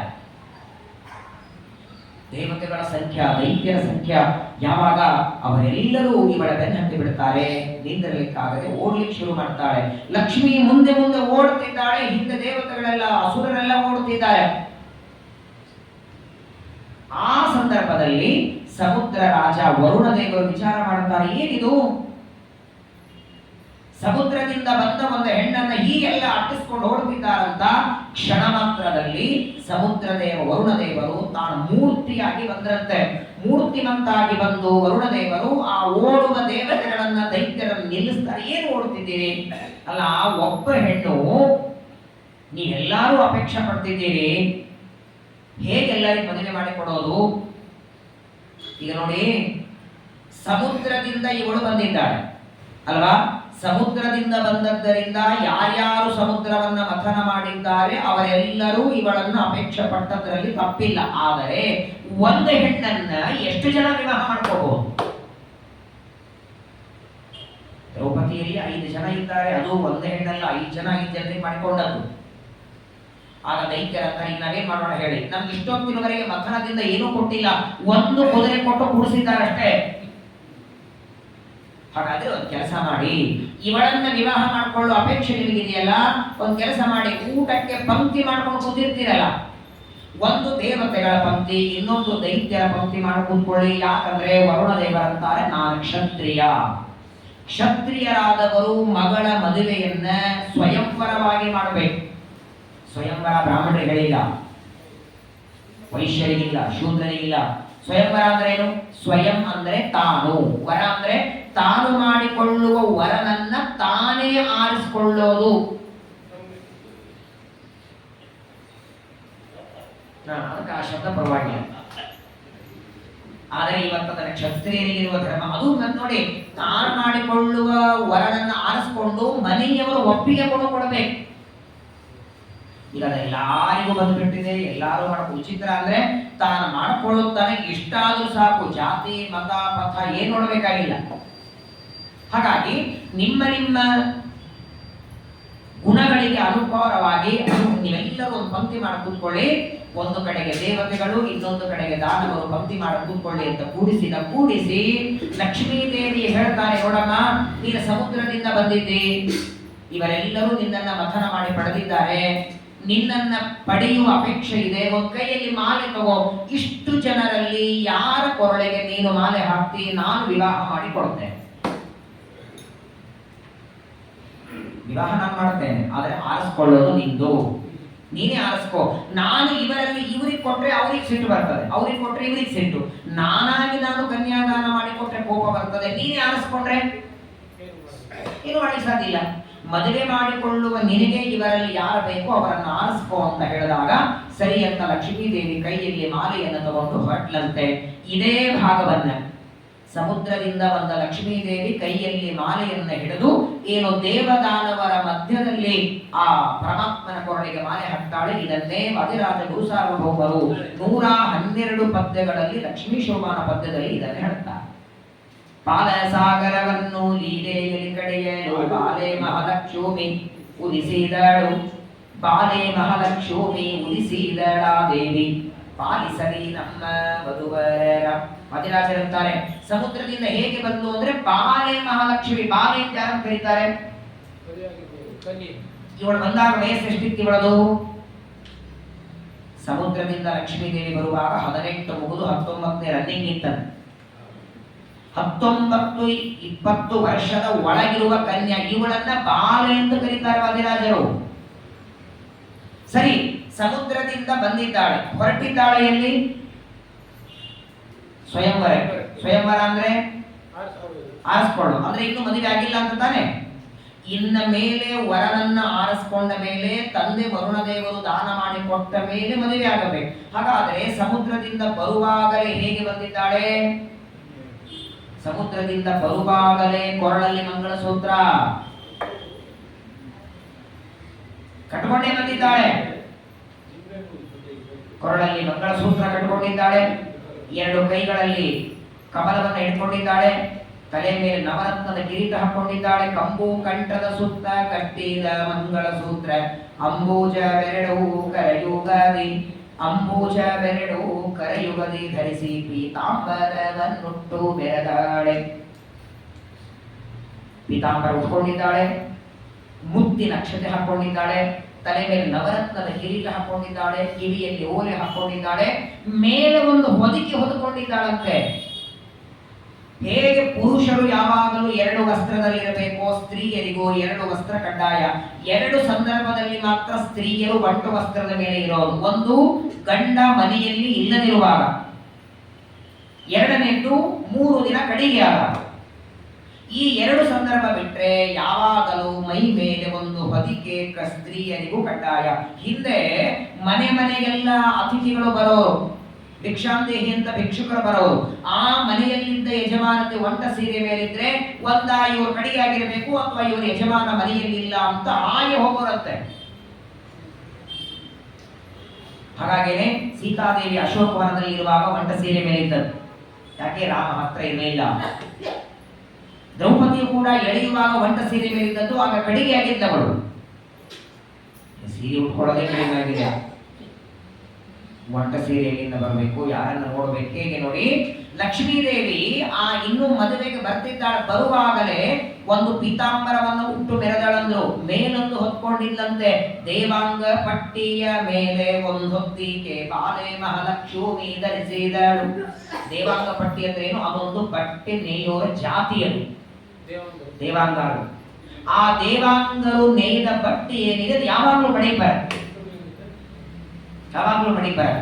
ಆ ಜಾತಿಯವರು ನೇಯ್ದಂತಹ ಒಂದು ಬಟ್ಟೆಯನ್ನ ಲಕ್ಷ್ಮೀದೇವಿ ಮೇಲೆ ಹಾಕೊಂಡಿದ್ದಾಳೆ. ಆಮೇಲೆ ಲಕ್ಷ್ಮೀದೇವಿ ಉದ್ದಾದ ಕುಂಕುಮವನ್ನು ಹಚ್ಕೊಂಡಿದ್ದಾಳೆ. ಇದೆಲ್ಲ ವಾದಿರಾಜರು ಪ್ರಾರಂಭದಲ್ಲಿ ಹೇಳ್ತಾರೆ. ಕೊನೆಗೆ ಈ ಲಕುಮಿ ದೇವಿಯ ಕಾಲುಂಗುರಗೆನಲು ಲೋಲಾಕ್ಷಿ ಮೆಲ್ಲನೆ ಕಡೆ ತಂದಳು. ಸಾಲಾಗಿ ಕುಳ್ಳಿದ್ದ ಸುರರ ಸಭೆಯ ಕಂಡು ಆಲೋಚಿಸಿದಳು ಮನದಲ್ಲಿ. ಇಷ್ಟೆಲ್ಲ ಅಲಂಕಾರ ಮಾಡಿಕೊಂಡು ಕೈಯಲ್ಲಿ ಹೂವಿನ ಮಾಲೆ ಇಟ್ಕೊಂಡು ಒಂದು ಮಾಲೆ ಹಾಕೊಂಡಿದ್ದಾಳೆ ಆಲ್ರೆಡಿ. ವಾದಿರಾಜರು ಅದನ್ನು ಹೇಳ್ತಾರೆ. ಎಂದೆಂದು ಬಾಡದ ಅರವಿಂದ ಮಾಲೆಯೋ ಇಂದಿರೇ ಧರಿಸಿದರು. ಎಂದೆಂದು ಬಾಡದ ಮಾಲೆ ಎಂದು ಹೆಂಗ್ ಮಾಡ್ಲಿಕ್ಕಿಲ್ಲ ಹೇಳಿ? ಈಗಷ್ಟೇ ಫ್ರಿಜ್ ಪ್ಲಾಸ್ಟಿಕ್ ಇದ, ಎಷ್ಟು ಫ್ರಿಜ್ ಒಳಗಿಟ್ರೇನೋ ಒಂದು ವಾರ ಆದ್ರೂ ಕೊನೆ ಬಾಡ್ಲೇಬೇಕಲ್ಲ. ಲಕ್ಷ್ಮೀದೇವಿ ಹಾಕೊಂಡ ಮಾಲೆ ವಾದಿರಾಜರು ಎಂದೆಂದು ಬಾಡದ ಮಾಲೆ. ಯಾಕದು ಬಾಡ್ತಿರ್ಲಿಲ್ಲ ಅಂದ್ರೆ ಅದು ಕೇವಲ ಹೂವಿನ ಮಾಲೆಯಲ್ಲ, ಒಂದೊಂದು ರೂಪದಿಂದ ತಾನಿದ್ದಂತೆ ಮಾಲೆಯಲ್ಲಿ ತನ್ನ ಸನ್ನಿಧಾನವನ್ನ ಒಂದೊಂದು ಹೂವಲ್ಲಿ ಇಟ್ಟದ್ದಕ್ಕೆ ಅದು ಎಂದಿಗೂ ಬಾಡ್ತಿರ್ಲಿಲ್ಲ. ಅಂತಹ ಮಾಲೆ ಇಟ್ಕೊಂಡು ಹೊರಟಿದ್ದಾಳೆ. ಈ ನುಡಿಯಲ್ಲಿ ನೋಡಿ, ಈ ಲಕುಮಿ ದೇವಿಯ ಕಾಲುಂಗುರ ಕೆನಕೆಲದು ಲೋಲಾಕ್ಷಿ ಮೆಲ್ಲನೆ ನಡೆ ತಂದಳು ಅಂತಾರೆ. ಹೆಣ್ಣು ಮಕ್ಕಳು ಕಾಲಲ್ಲಿ 2 ಹಾಕೊಂಡಿರ್ತಾರೆ, ಒಂದು ಕಾಲು ಗೆಜ್ಜೆ, ಕಾಲುಂಗುರ. ಸಾಮಾನ್ಯವಾಗಿ ಸೊಂಟದ ಕೆಳಗೆ ಬಂಗಾರ ಹಾಕೊಳ್ಬಾರ್ದು. ಎಂದಿಗೂ ಕಾಲು ಗೆಜ್ಜೆ, ಕಾಲುಂಗುರ ಬಂಗಾರದಿರಬಾರದು. ಬಂಗಾರ ಏನಿದ್ರು ನಾಭಿಯ ಮೇಲ್ಭಾಗ. ಎಷ್ಟೇ ಶ್ರೀಮಂತಿಗೆ ಬಂಗಾರದ ಕವಚ ಮಾಡಿಕೊಳ್ಳುವಷ್ಟು ನಿಮ್ಮ ಹತ್ರ ದುಡ್ಡಿರಲಿ, ಎಂದಿಗೂ ಬಂಗಾರ ಲಕ್ಷ್ಮೀದೇವಿ ಸನ್ನಿಧಾನ ಸುವರ್ಣವ ರಜತಸ್ರಜ ಹಿರಣ್ಯ ವರ್ಣಾಂಹರಣಿ ಸುವರ್ಣ ರಜತಸ್ರಜ. ಹಾಗಾಗಿ ಹೆಣ್ಣು ಮಕ್ಕಳ ಕಾಲಲ್ಲಿ ಒಂದು ಗೆಜ್ಜೆ ಇರ್ತದೆ, ಒಂದು ಕಾಲುಂಗುರ ಇರ್ತದೆ. ಅವರು ನಡೆಯುವಾಗ ಶಬ್ದ ಯಾವುದಾಗತ್ತೆ? ಗೆಜ್ಜೆದು ಕಾಲುಂಗುರದ ಕಾಲುಂಗುರದಲ್ಲಿ ಶಬ್ದ ಆಗತ್ತೆ. ನೀವು ನಿಮ್ಮ ಮನೆಯಲ್ಲಿ ಮಾಡಿಸಿರ್ಬೇಕೆ ನಮಗೆ ಶಬ್ದ ಆಗುವಂತದ್ದು. ಪ್ರಾಯ ಜಗತ್ತೊಳಗೆ ಕಾಲುಂಗುರ ಶಬ್ದ ಮಾಡೋಕೆ ಗುಂಡೆ ಇರತ್ತಷ್ಟೇ. ಅದನ್ನ ನಡಿಬೇಕಾದ್ರೆ ಬಹಳ ಆದ್ರೆ ಕೆಳಗೆ ಬಡದಾಗಿರ್ತದೆ, ಜಲ್ ಜಲ್ ಅಂತ ಶಬ್ದ ನೋಡಿ. ವಾದಿರಾಜರು ಏನಂತಾರೆ? ಈ ಲಕುಮಿ ದೇವಿಯ ಕಾಲುಂಗುರ ಕೆನಕೆನದು. ಲಕ್ಷ್ಮೀದೇವಿ ಕಾಲುಂಗುರ ಕೆಲ್ಲಂತಿತ್ತು. ಆಕ್ಚುಲಿ ಏನ್ಬೇಕಾಗಿತ್ತು, ಈ ಲಕ್ಷ್ಮೀ ದೇವಿಯ ಕಾಲ್ಗೆಜ್ಜೆಗೆ ಕೆನಲುವುದು ಅನ್ಬೇಕಾಗಿತ್ತು. ಕಾಲ್ಗೆಜ್ಜೆ ಅನ್ಬೇಕು. ಕಾಲುಂಗುರ ಹೆಂಗಂದ್ರು ಅಂದ್ರೆ ವಾದಿರಾಜರಂತಾರೆ, ಸಾಮಾನ್ಯವಾಗಿ ಸ್ತ್ರೀಯರು ಕಾಲುಂಗುರದಲ್ಲಿ ಶಬ್ದ ಬರಲ್ಲ. ಲಕ್ಷ್ಮೀ ದೇವಿಯ ಕಾಲುಂಗುರ ಏನು ವೈಶಿಷ್ಟ್ಯ, ಯಾವ ಜ್ಯುವೆಲ್ರಿ ಮಾಡಿಸ್ಕೊಂಡಿದ್ದವಳು, ಸಪ್ಪಳ ಬರೋ ಕಾಲುಂಗುರ ಏನು ಮಾಡಿಸ್ಕೊಂಡಿದ್ರೆ ಕಾಲುಂಗುರ ಒಂದೇ ಇದ್ರೆ ಸಪ್ಪಳ ಯಾಕೆ ಬರ್ತಿತ್ತು ಅಂದ್ರೆ, ಆ ಲಕ್ಷ್ಮೀ ದೇವಿ ಹಾಕೊಳ್ಳುವ ಕಾಲುಂಗುರಕ್ಕೂ ಅಭಿಮಾನಿ ದೇವತೆ. ದೇವತೆಗಳು ಹಾಕೊಳ್ಳುವ ಎಲ್ಲ ಆಭರಣಗಳಿಗೆ ಒಬ್ಬೊಬ್ಬ ದೇವತೆ. ಆ ಕಾಲುಂಗುರಕ್ಕೆ ಅಭಿಮಾನಿ ದೇವತೆ ಲಕ್ಷ್ಮಿಯನ್ನ ಸ್ತೋತ್ರ ಮಾಡ್ತಿದ್ದ. ಅಮ್ಮ, ನನ್ನನ್ನ ಪಾದದಲ್ಲಿ ಹಾಕೊಂಡಿದ್ದಿ, ನಿನ್ನ ಪಾದದ ಸ್ಪರ್ಶ ಆಗಿ ನಾನು ಉದ್ಧಾರನಾದೆ ಅಂತ ಸ್ತೋತ್ರ ಮಾಡ್ತಿದ್ದ. ಅದು ಧ್ವನಿ ಬರ್ತಿದ್ದ. ಕೆಲವರಿಗೆ ಆಭರಣ ಹಾಕೊಂಡ್ರೆ ಚೆನ್ನಾಗಿ ಕಾಣಿಸ್ತಾರೆ, ಆದರೆ ದೇವರಿಗೆ ಲಕ್ಷ್ಮೀ ದೇವಿಗೆ ಆಭರಣ ಆಭರಣಕ್ಕೆ ಸೌಂದರ್ಯ ಯಾವಾಗ ಬರ್ತದೆ, ಇವ್ರು ಹಾಕೊಂಡ್ರೆ. ಅವ್ರಿಗೆ ಸೌಂದರ್ಯ ಇಲ್ಲ, ಕಿರೀಟಕ್ಕೆ ಪ್ರಾಶಸ್ತ್ಯ ದೇವರ ತಲೆ ಏರಿದಾಗ. ಹಾಗಾಗಿ ಲಕ್ಷ್ಮೀ ದೇವಿಯ ಕಾಲುಂಗುರ ಕೆನಕೆನಲು ಲೋಲಾಕ್ಷಿ ಅಂದ್ರೆ ಕಮಲದಂತೆ ಕಣ್ಣುಳ್ಳ ಲಕ್ಷ್ಮಿ. ಮೆಲ್ಲನೆ ಬಂದ್ಲ, ಹೆಜ್ಜೆ ಮೇಲೊಂದು ಹೆಜ್ಜೆಯ ನಿಕ್ಕುದು ಪುರಂದರದಾಸರು ಇದನ್ನೇ ನೋಡಿ ಹಾಡಿದ್ರು. ವಾಸ್ತವಿಕವಾಗಿ ಹೆಜ್ಜೆ ಮೇಲೆ ಹೆಜ್ಜೆ ಇಡ್ಲಿಕ್ಕೆ ಬರಲ್ಲ, ಬರತ್ತಾ? ಎಲ್ಲಿ ಇಡ್ತೀವಿ ನಾವು? ಮೇಲೆ ಇಡ್ತೀವೋ ಮುಂದೆ ಇಡ್ತೀವೋ? ಇದು ಹೆಜ್ಜೆ. ನೆಕ್ಸ್ಟ್ ಎಲ್ಲಿ ಇಡ್ಬೇಕು? ಇದಕ್ಕೆ ಪುರಂದರದಾಸರು ಏನಂತಾರೆ? ಹೆಂಗ್ ಸಾಧ್ಯ ಹೇಳಿ? ಹೆಜ್ಜೆಯ ಮುಂದೊಂದು ಹೆಜ್ಜೆಯ ನಿಕ್ಕುತ್ತ ಅನ್ಬೇಕಾಗಿತ್ತು. ಅವರು ಹೆಜ್ಜೆ ಮೇಲೆ ಹಾಕಿರ್ತೀರಿ, ಕಾಲು ಹಾಕೊಂಡ್ ಬಿಡ್ತೀರಿ. ಏನ್ ಪುರಂದರದಾಸರ ಹಾಡಕ್ಕೆ ಅರ್ಥ ಏನು? First class. ಒಂದು ಹೆಜ್ಜೆ ದೇವರದು, ಒಂದು ಹೆಜ್ಜೆ ಇವಳದು. ಹೆಜ್ಜೆಯ ಮೇಲೆ ಹೆಜ್ಜೆ ಅಂದ್ರೆ ಹೇಗೆ ದೇವರು ಬರ್ತಾನೆ ಅದರ ಜೊತೆಗೆ ಎಂದಿಗೂ ಪರಮಾತ್ಮನನ್ನ ಬಿಟ್ಟು ಲಕ್ಷ್ಮೀ ದೇವಿ ಇಲ್ಲ. ಕ್ಲೇಶೋದಿ ಕಥನಸ್ತೇಷಾಂ ಅವ್ಯಕ್ತ ಆಸಕ್ತ ಚೇತಸಾಂ ಅವ್ಯಕ್ತಾಹಿ ಗತಿರ್ದುಃಖಂ ದೇಹವಸ್ಥಿರವಾಗ್ತಿದೆ. 12ನೇ ಭಗವದ್ಗೀತೆಯಲ್ಲಿ ಕೃಷ್ಣ ಹೇಳ್ತಾನೆ.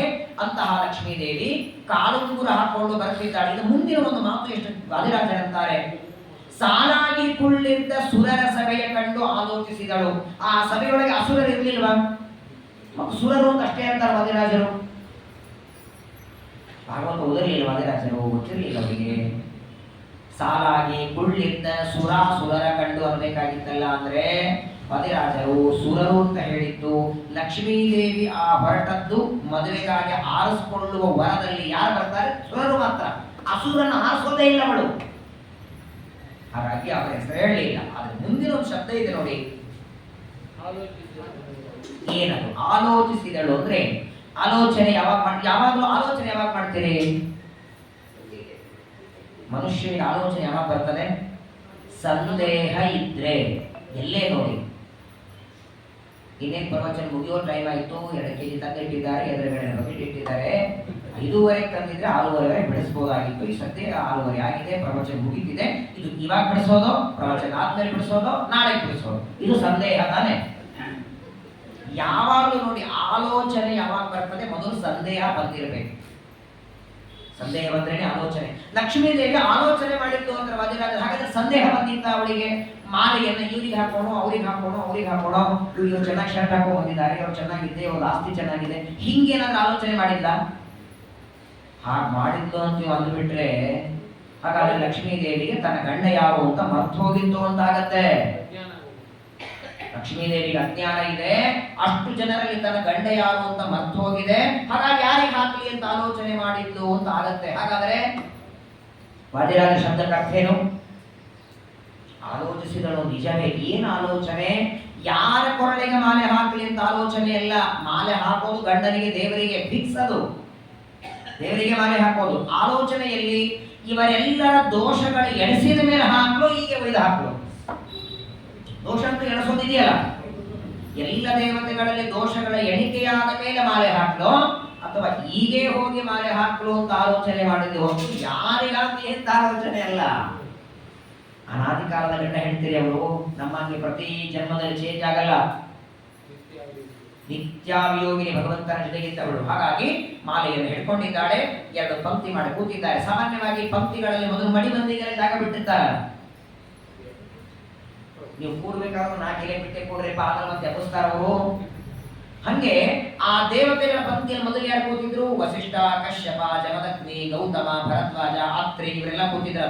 ಒಳ್ಳೊಳ್ಳೆ ಚೆನ್ನಾಗಿ ಬಡಿ ಉಟ್ಕೊಂಡು ಅಲಂಕಾರ ಮಾಡಿಕೊಂಡು ಅವರ ಮುಂದೆ ಬಂದಂತೆ ಮಾಲೆ ತಗೊಂಡು ಲಕ್ಷ್ಮೀದೇವಿ, ಸಮುದ್ರದಿಂದ ಬಂದಿದ್ದೇನೆ, ನಿಮಗೂ ನಾನು ಪಡಿಬೇಕು ಅಂತ ಅಪೇಕ್ಷೆ ಉಂಟಲ್ಲ, ನಿಮ್ ಕೊರಳಿಗೆ ಮಾಲೆ ಹಾಕ್ತಿದ್ದೆ ನಾನು. ಕೆಲವರು ತಲೆಯೂರಿ ತಪಗೈದು ಪುಣ್ಯವ ಗಳಿಸಿದ್ದರೇನು ಫಲವಿಲ್ಲ, ಜ್ವಲಿಸುವ ಕೋಪದಿ ಶಾಪವ ಕೊಡುವರು, ನರನೆಯ ನೀವರ ಒಲಿಸುವರೆ. ನೀವೆಲ್ಲ ತಪಸ್ಸು ಮಾಡಿ ಪುಣ್ಯ ಗಳಿಸ್ತೀರಿ, ಪುಣ್ಯವಂತರು. ಆದರೆ ಸಂಪಾದನೆ ಮಾಡಿದ ಪುಣ್ಯ ಎಲ್ಲಿ ಖರ್ಚು ಮಾಡ್ತೀರಿ?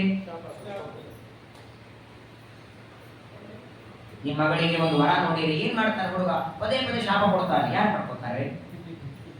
ಶಾಪ ಕೊಡುವ ಗಂಡ ಬೇಡ. ಅದು ತಪಸ್ಸಂಗೆ ತಲೆಯೂರಿ ತಲೆ ಕೆಳಗೆ ಹಾಕಿ ಕಾಲ ಮೇಲೆ ಮಾಡಿ ಏನು ವ್ರತ ಮಾಡಿ ಉಪವಾಸ ಮಾಡಿ ಸಾವಿರಾರು ವರ್ಷ ಕೂತ್ಕೊಂಡು ತಪಸ್ಸು ಮಾಡ್ತೀರಿ. ಯಾರಿಗೂ ಸುಡೋದಕ್ಕೆ, ಯಾರ ಮೇಲೆ ಬೆಂಕಿ ಹಾಕೋದಕ್ಕೆ, ಇನ್ಯಾರೋ ಹೊಡೆಯೋದಕ್ಕೆ. ನನಗಿಷ್ಟ ಇಲ್ಲ ನೀವು ಒಂದು ಬಿಡ್ಲಂತ ಲಕ್ಷ್ಮಿ ರಿಜೆಕ್ಟ್ ಮಾಡಿಬಿಟ್ಲು ಮಡಿಮಂದಿಯನ್ನ. ಋಷಿಗಳನ್ನೆಲ್ಲ ರಿಜೆಕ್ಟ್ ಮಾಡಿ 2 ಹೆಜ್ಜೆ ಮುಂದೆ ಹಾಕ್ತಾಳ. ಅಲ್ಲಿಬ್ರು ಕೂತಿದ್ರು. ದೇವತೆಗಳಿಗೆ ಗುರುಗಳು ಬೃಹಸ್ಪತಿ, ದೈತ್ಯ ಗುರುಗಳು ಶುಕ್ರಾಚಾರ್ಯರು. ಇಬ್ಬರು ಚೆನ್ನಾಗಿ ರೆಡಿಯಾಗಿ ಕೂತಿದ್ದಾರೆ. ನಮ್ಮ ಕೊರಳೆ ಮಾಲೆ ಹಾಕ್ತಾಳೆ ಲಕ್ಷ್ಮಿ ಅಂತ. ಅವರ ಮುಂದೆ ಬಂದು ಹೇಳ್ತಾಳೆ, ಎಲ್ಲ ಶಾಸ್ತ್ರಗಳೋದಿ ದುರ್ಲಭ ಜ್ಞಾನವ ಕಲ್ಲಿಸಿ ಕೊಡುವ ಗುರುಗಳು, ಬಲ್ಲಿದ ಧನಕ್ಕೆ ಮರುಳಾಗಿ ಇಬ್ಬರು ಸಲ್ಲದ ಪೌರೋಹಿತ್ಯಕ್ಕೊಳಗಾದರು. ಪೌರೋಹಿತ್ಯ ಮಾಡಿಸ್ರೆ ಬೇಡ ಅಂತಿಲ್ಲ, ಸಲ್ಲದ ಪೌರೋಹಿತ್ಯ ಬೇಡ, ಅದು ಹಣದ ಮರುಳಾಗಿ ಪೌರೋಹಿತ್ಯ ಬೇಡ. ಲಕ್ಷ್ಮೀದೇವಿ, ಏನು ಇಬ್ಬರದ ಆಸ್ತಿಯನ್ನು ಕಡಿಮೆ ಇದೆಯಾ? ಶುಕ್ರಾಚಾರ್ಯರ ಬೃಹಸ್ಪತಿಗಳ ಆಸ್ತಿ ಏನೋ ಬೆಂಗಳೂರಲ್ಲಿ ಒಂದು ಮನೆ ಇದೆ, ಮೈಸೂರಲ್ಲಿ ಒಂದು ಸೈಟ್ ಇದೆ, ಇನ್ನೊಂದ್ ಕಡೆ ಎಲ್ಲೋ ಇದು ಏನು ಆಸ್ತಿ ಅಂತೀವಿ. ಮೇರು ಪರ್ವತದ ಮೇಲಿನ ತುದಿ ಭಾಗದ ಶುಕ್ರಾಚಾರ್ಯ ಆಸ್ತಿ ಅಂತ. ಅಷ್ಟು ಆಸ್ತಿ ಇದ್ರೂ ಕೂಡ ಮರುತ್ತರಾಜ ಯಜ್ಞ ಮಾಡ್ತಿದ್ರೆ ಅವ ದಕ್ಷಿಣೆ ಕೊಡ್ತಾನೆ ಎನ್ನುವ ಆಸೆಗೆ ನಾನೇ ಯಜ್ಞ ಮಾಡಿಸ್ತೇನೆ, ಬಲ್ಲಿದ ಧನಕ್ಕೆ ಮರುಳಾಗಿ. ಬಲ್ಲಿದ ಅಂದ್ರೆ ಬಲಿಷ್ಠನಾದ ಮರುತ್ತರಾಜರ ಯಜ್ಞದ ಸಂಪತ್ತಿಗೆ ಮರುಳಾಗಿ ಸಲ್ಲದ ಪೌರೋಹಿತ್ಯ ಇಬ್ರು ಮಾಡಿಸಿದ್ರು, ನನಗೆ ಗಂಡ ಆಗುವುದಕ್ಕೆ ಬೇಡ. ಸ್ವಲ್ಪ ಮುಂದೆ ಬಂದ 6:30 ಆಗಿದೆ. ಲಕ್ಷ್ಮೀ ಶೋಭನ್ ಪ್ರವಚನ ಆಗುತ್ತೆ, ಭಾಗವತ್ ಪ್ರವಚನ ಬಿಟ್ಟು ಇದೇ ಇಲ್ಲಿ ನೋಡಿ 3 ಶ್ಲೋಕ ಬರ್ತದೆ. ವಾದಿ ಶ್ರೀಮದ್ ಭಾಗವತದಲ್ಲಿ ಲಕ್ಷ್ಮೀದೇವಿ ದೇವತೆಗಳಲ್ಲಿ ಎಣಿಸಿದ ಆ ಎಲ್ಲ ದೋಷಗಳ ಬಗ್ಗೆ 3 ಶ್ಲೋಕ. ಅದನ್ನೇ ವಾದಿರಾಜ 108 ಪದ್ಯದಲ್ಲಿ ಹೇಳಿ. ಅದರ ಮುಂದ್ಗಡೆ ಬ್ರಹ್ಮದೇವರು, ರುದ್ರದೇವರು, ಇಂದ್ರ, ಚಂದ್ರ ಕೂತಿದ್ರಂತೆ. ಕಾಮನಿರ್ಜಿತನೊಬ್ಬ ಕಾಮಿನಿಗೆ ಸೌತೊಬ್ಬ ಭಾಮೀನೇ ಹಿಂದೆ ಹಾರಿದವ. ಕಾಮನಿರ್ಜಿತ ತಾನೇ ಪಡೆದ ಮಗಳನ್ನ ಮದುವೆ ಮಾಡ್ಕೊಳ್ಳೋದಕ್ಕೆ ಇಚ್ಛೆ ಪಟ್ಟ ಬ್ರಹ್ಮ. ಭಾಮಿನಿ ಹಿಂದೆ ಹಾರಿದವ, ಮೋಹಿನಿ ಹಿಂದೆಯಿಂದ ಹೋದವ, ಇನ್ನು ಮೋಹಿನಿ ಅವತಾರ ಆಗಿಲ್ಲ. ವಾದಿರಾಜರು ತಮ್ಮ ಜ್ಞಾನ ದೃಷ್ಟಿ ಇದೆ ಮೊದಲೇ ಬರೆದಿದ್ದಾರೆ ಪದ್ಯವನ್ನ. ಹಾಗಾಗಿ ಮೋಹಿನಿ ಹಿಂದೆ, ಇನ್ನೊಂದು ಹೆಣ್ಣಿನ ಹಿಂದೆ ಹೋದವ. ಋಷಿಗಳಾದ ಗೌತಮರ ಹೆಂಡತಿಯ ಅಹಲ್ಯೆಯನ್ನ ಸಂಘ ಮಾಡಿದವ ಇಂದ್ರ. ಗುರುಗಳಾದ ಬೃಹಸ್ಪತಿಗಳ ಹೆಂಡತಿಯ ಸಂಘ ಮಾಡಿದವ ಚಂದ್ರ. ಇವರು 4 ಜನ ಕ್ಯಾರೆಕ್ಟರ್ ಚೆನ್ನಾಗಿಲ್ಲ, ನನ್ನ ಮದುವೆಗೆ ಯೋಗ್ಯರಲ್ಲ. ಈಗ ರುದ್ರದೇವರು ಕೂತಿದ್ರು. ಪರ್ಟಿಕ್ಯುಲರ್ ಆಗಿ ಹೇಳ್ತಾಳೆ, ಬಹಳ ಚೆನ್ನಾಗಿದೆ ನೋಡೋದಕ್ಕೆ, ಮದುವೆ ಮಾಡ್ಕೋಬಹುದು. ಮಾವನ ಕೊಂದೊಬ್ಬ ಮರುಳಾಗಿ ಶನುಗಾಡ, ಅವನ ಕೊಂದೊಬ್ಬ ಬಡಗೀದ, ಜೀವರ ಕೊಂದೊಬ್ಬ ಕುಲಗೇಡಿ ಎನಿಸಿದ, ಶಿವನಿಂದ ಒಬ್ಬ ಬಯಲಾದ. ಮಾವನ ಕೊಂದೊಬ್ಬ ದಕ್ಷ ಪ್ರಜಾಪತಿಯನ್ನು ಕೊಂದು ಮರುಳಾಗಿ ಹುಚ್ಚರ ಓಡಾಡ್ತಿದ್ದರಂತೆ. ಮಾವನನ್ನ ಕೊಂದವ ಬೇಡ. ಹಾರುವನ ಕೊಂದೊಬ್ಬ, ಹಾರು ಅಂದ್ರೆ ಬ್ರಾಹ್ಮಣನಾದ ವೃತ್ರಾಸುರನ ಕೊಂದವ ಇಂದ್ರ, ಬಳಲಿದ ಬೇಡ. ಜೀವರ ಕೊಂದೊಬ್ಬ ಕುಲಗೆಡಿ ಎನಿಸಿದ ಯಮ, ಶಿವನಿಂದ ಒಬ್ಬ ಬಯಲಾದ ಮನ್ಮಥ, ಶಿವನ ಕಣ್ಣಿನಿಂದ ಬಯಲಾದ ಇವನು ಯಾರು ಬೇಡ ಅಂತ ಹೊರಟ್ಲಂತೆ. ಇದೆಲ್ಲ ತುಂಬಾ ವಿಸ್ತಾರವಾದದ್ದು. ಪ್ರಾಯ ನೀವೆಲ್ಲ ಶುಕ್ರವಾರ ಪ್ರತಿನಿತ್ಯ ಹೇಳ್ತೀರಿ. ವಾದಿರಾಜರು ಈ ಲಕ್ಷ್ಮೀ ಶೋಭಾನವನ್ನ ಬರೆದ ಮೇಲೆ ಒಬ್ಬ ಶ್ರೀಮಂತರ ಮಗ ಮದುವೆ ಹೋಗಿದಂತೆ. ಅರಸಪ್ಪ ನಾಯಕ ಮದುವೆ ಮಂಟಪದಲ್ಲಿ ಕನ್ಯಾ ಒಂದು ನಿಂತಿದ್ದಾಳೆ. ಮದುಮಗ ಬರಬೇಕು. ಅವನಿಗೊಂದು ನಾಗ ಹಾವು ಕಚ್ಚಿ ಸತ್ತು ನೆಲಕ್ಕೆ ಬಿದ್ದ. ಮದುವೆ ಮನೆ ಸ್ಮಶಾನ ಆಯಿತು. ವಾದಿರಾಜರಿಗೆ ಗೊತ್ತಾಯಿತು. ವಾದಿರಾಜರು ಬರ್ತಾರೆ. ತಾವು ರಚನೆ ಮಾಡಿದ, ಅದಕ್ಕಾಗಿಯೇ ಪ್ರಾರಂಭದಲ್ಲಿ ಪಕ್ಷಿ ವಾಹನ ಎರಗುವೆ ಅಂತಾರೆ. ಗರುಡನ ಸ್ಮರಣೆ ಮಾಡ್ತಾರೆ, ವಿಷ ಹೋಗಬೇಕು ಅಂತ. ಪಕ್ಷಿ ವಾಹನ ಎರಗುವೆ. ತಾವು ಮಾಡಿದ ಲಕ್ಷ್ಮೀ ಶೋಭಾನವನ್ನ ಪಠನ ಮಾಡ್ತಾ ಅವರ ಮೈ ಮೇಲೆ ಕೈ ಆಡಿಸ್ತಾರೆ. ಸಂಪೂರ್ಣ ಲಕ್ಷ್ಮೀ ಶೋಭಾನ ಹೇಳ್ತಾ ಮೈ ಮೇಲೆ ಕೈ ಆಡಿಸ್ತಾ ಕಾಲದವರೆಗೆ ಬರುವಷ್ಟರಲ್ಲಿ ಎದ್ದು ಕೊಡುತ್ತಾರೆ.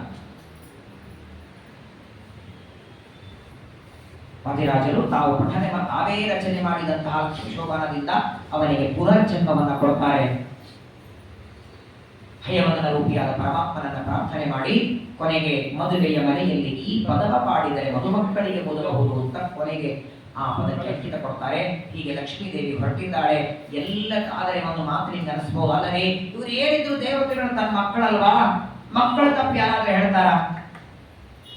ತನ್ನ ಮಕ್ಕಳ ಕೊಂದು ತಾನೇ ಹೇಳುವುದಕ್ಕೆ ಮನ್ನದಿ ನಾಚಿ ಆದರೂ ತನ್ನಾಮದಿಂದ ಕರೆಯದೆ ಒಬ್ಬೊಬ್ಬರ ಉನ್ನತ ದೋಷಗಳನ್ನ ಎಣಿಸ್ತಾಳೆ. ಕೊನೆಗೆ ಡಿಸೈಡ್ ಮಾಡಿದ್ದೇನು? ಒಂದು ಎಳ್ಳು ಎಷ್ಟು ಇಲ್ಲದವನೇ ತನ್ನ ಗಂಡ.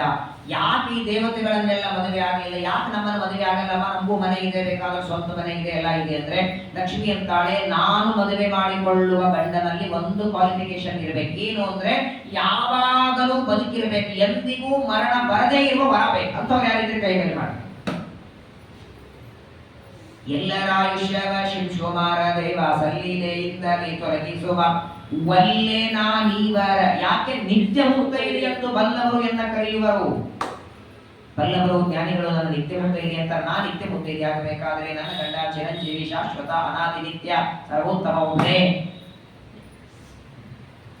ಎಂದಿಗೂ ಮರಣ ಬರದೇ ಇರುವ ಅನಂತವನ ಪರಿಪೂರ್ಣನಾದ ಭಗವಂತನ ಕೊರಳಿಗೆ ಮಾಲೆ ಹಾಕ್ತಾಳೆ.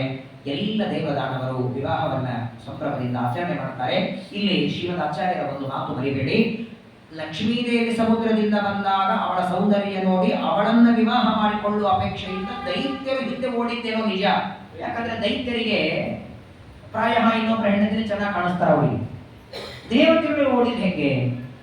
ದೇವತೆಗಳಿಗೆ ಅವಳು ಲಕ್ಷ್ಮಿ ಅಂತ ಗೊತ್ತಿಲ್ವಾ, ತಾಯಿ ಅಂತ ಗೊತ್ತಿಲ್ವಾ? ತಾಯಿಯನ್ನ ಮದುವೆ ಮಾಡಿಕೊಳ್ಳುವ ಅಪೇಕ್ಷೆ ದೇವತೆಗಳು ಮಾಡ್ತಾರ. ಆದರೆ ಓಡಿದ್ದು ಇಬ್ರು ಅಂತೂ ಇದೆ. ದೇವತೆಗಳು ದಾನವರು ಇಬ್ರು ಓಡುತ್ತಾರೆ ಅಂತಿದೆ. ದೇವತೆಗಳು ಓಡಿದ್ದು ಹೇಗೆ ಅಂದರೆ ಓಡಿದ್ದು ನಿಜ, ಆದರೆ ಲಕ್ಷ್ಮಿಯನ್ನ ವಿವಾಹ ಮಾಡಿಕೊಳ್ಳುವ ಉದ್ದೇಶದಿಂದ ಓಡಿದ್ದು ದೈತ್ಯರು. ಆ ಲಕ್ಷ್ಮೀದೇವಿ ನಾರಾಯಣ ಕೋಣೆಗೆ ಮಾಲೆ ಹಾಕ್ತಾಳೆ. ಆ ವಿವಾಹ ನೋಡಬೇಕು ಅಂತ ಓಡಿದ್ದು ದೇವತೆಗಳು. ನೋಡೋದ್ರಲ್ಲಿ ತಪ್ಪೇನು? ಲಕ್ಷ್ಮೀನಾರಾಯಣ ದರ್ಶನ ಓಡಬೇಕು. ಯಾಕಂದ್ರೆ ಓಡ ಹೋದ್ರೆ ಮುಂದೆ ನಿಂತ್ಕೊಳ್ತೀವಲ್ಲ, ರಾಮದೇವರ ಪೂಜೆಗೆ ಎಷ್ಟು ತಡ ಮಾಡ್ತಾರೋ ಹಿಂದಿರ್ತೀವಿ, ಬೇಗ ಹೋದ್ರೆ ಮುಂದೆ ಹೋಗ್ತೀವಲ್ಲ. ಆ ಲಕ್ಷ್ಮೀನಾರಾಯಣರ ವಿವಾಹ ನೋಡುವ ಕಾತರದಿಂದ ಓಡ್ತಾ ಓಡ್ತಾ ವಿವಾಹ ದರ್ಶನಕ್ಕೆ ಓಡಿದರು ದೇವತೆಗಳು, ವಿವಾಹ ಅಪೇಕ್ಷೆಯಿಂದ ಓಡಿದ್ದು ಅಸುರರು. ಹೀಗೆ ಪರಮಾತ್ಮ ಲಕ್ಷ್ಮಿಯನ್ನು ವಿವಾಹ ಮಾಡಿಕೊಳ್ಳುತ್ತಾನೆ. ಸಮುದ್ರದಿಂದ ಬಂದ ಲಕ್ಷ್ಮೀ ವಿವಾಹ ಆಯಿತು.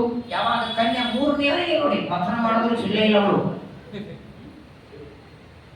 ಮೂರನೆಯ ನಡೆಸ್ಕೊಂಡು ಹೋಗ್ಬಿಟ್ಟ. ಮತ್ತೆ ದೇವದಾನವರು ಮಥನ ಮಾಡ್ತಾರೆ. ಭಗವಂತ ಧನ್ವಂತರಿ ರೂಪದಿಂದ ಅಮೃತದ ಕಲಶವನ್ನು ತರ್ತಾನೆ. ಲಕ್ಷ್ಮೀದೇವಿಯ ಸಮುದ್ರದಿಂದ ಬಂದ ಮೇಲೆ ಚಂದ್ರ ಬಂದ ಅಂತೆ ಸಮುದ್ರದಿಂದ. ಆಮೇಲೆ ಚಂದ್ರ ಬರ್ತಾನೆ. ಅನಂತರದಲ್ಲಿ ಇನ್ನೂ ಅನೇಕ ವಸ್ತುಗಳು ಬರ್ತದೆ. ಕೊನೆಗೆ ಧನ್ವಂತರಿ ರೂಪದಿಂದ ಅಮೃತ ತರ್ತಾನೆ. ಲಕ್ಷ್ಮೀದೇವಿ ಬಂದ ಮೇಲೆ ಸಮುದ್ರದಿಂದ ಚಂದ್ರ ಬಂದರೆ ಲಕ್ಷ್ಮೀದೇವಿಗೆ ಏನಾಗ್ಬೇಕು? ಚಂದ್ರ. ಆಮೇಲೆ ಬಂದೊಂದು ತಮ್ಮ ತಾನೆ, ಲಕ್ಷ್ಮೀದೇವಿಗೆ ತಮ್ಮ. ಲಕ್ಷ್ಮೀದೇವಿ ಜಗತ್ತಿನ ತಾಯಿ, ತಾಯಿ ತಮ್ಮನ ಏನಂತೀರಿ? ಮಾಮ. ಹಾಗಾಗಿ ಚಂದ ಮಾಮ ಆದವನು. ಪ್ರಾಯ ಜಗತ್ತೊಳಗೆ ಸೂರ್ಯನ ಮಾಮ ಅಂತ ಯಾರು ಕರೆದಿಲ್ಲ. ಮಕ್ಕಳಿಗೆ ಚಂದ ಮಾಮ, ಚಂದ್ರ ಮಾಮ. ಯಾಕೆ? ಯಾಕೆ ನಿಮಗೂ ಮಾಮ ನನಗೂ ಮಾಮ. ಯಾಕಂದ್ರೆ ಜಗನ್ಮಾತೆಯಾದ ಲಕ್ಷ್ಮೀದೇವಿಯ ನಂತರದಲ್ಲಿ ತಮ್ಮನಾಗಿ ಬಂದದ್ದರಿಂದ ಮಾಮ ಆಗಿಬಿಟ್ಟವು.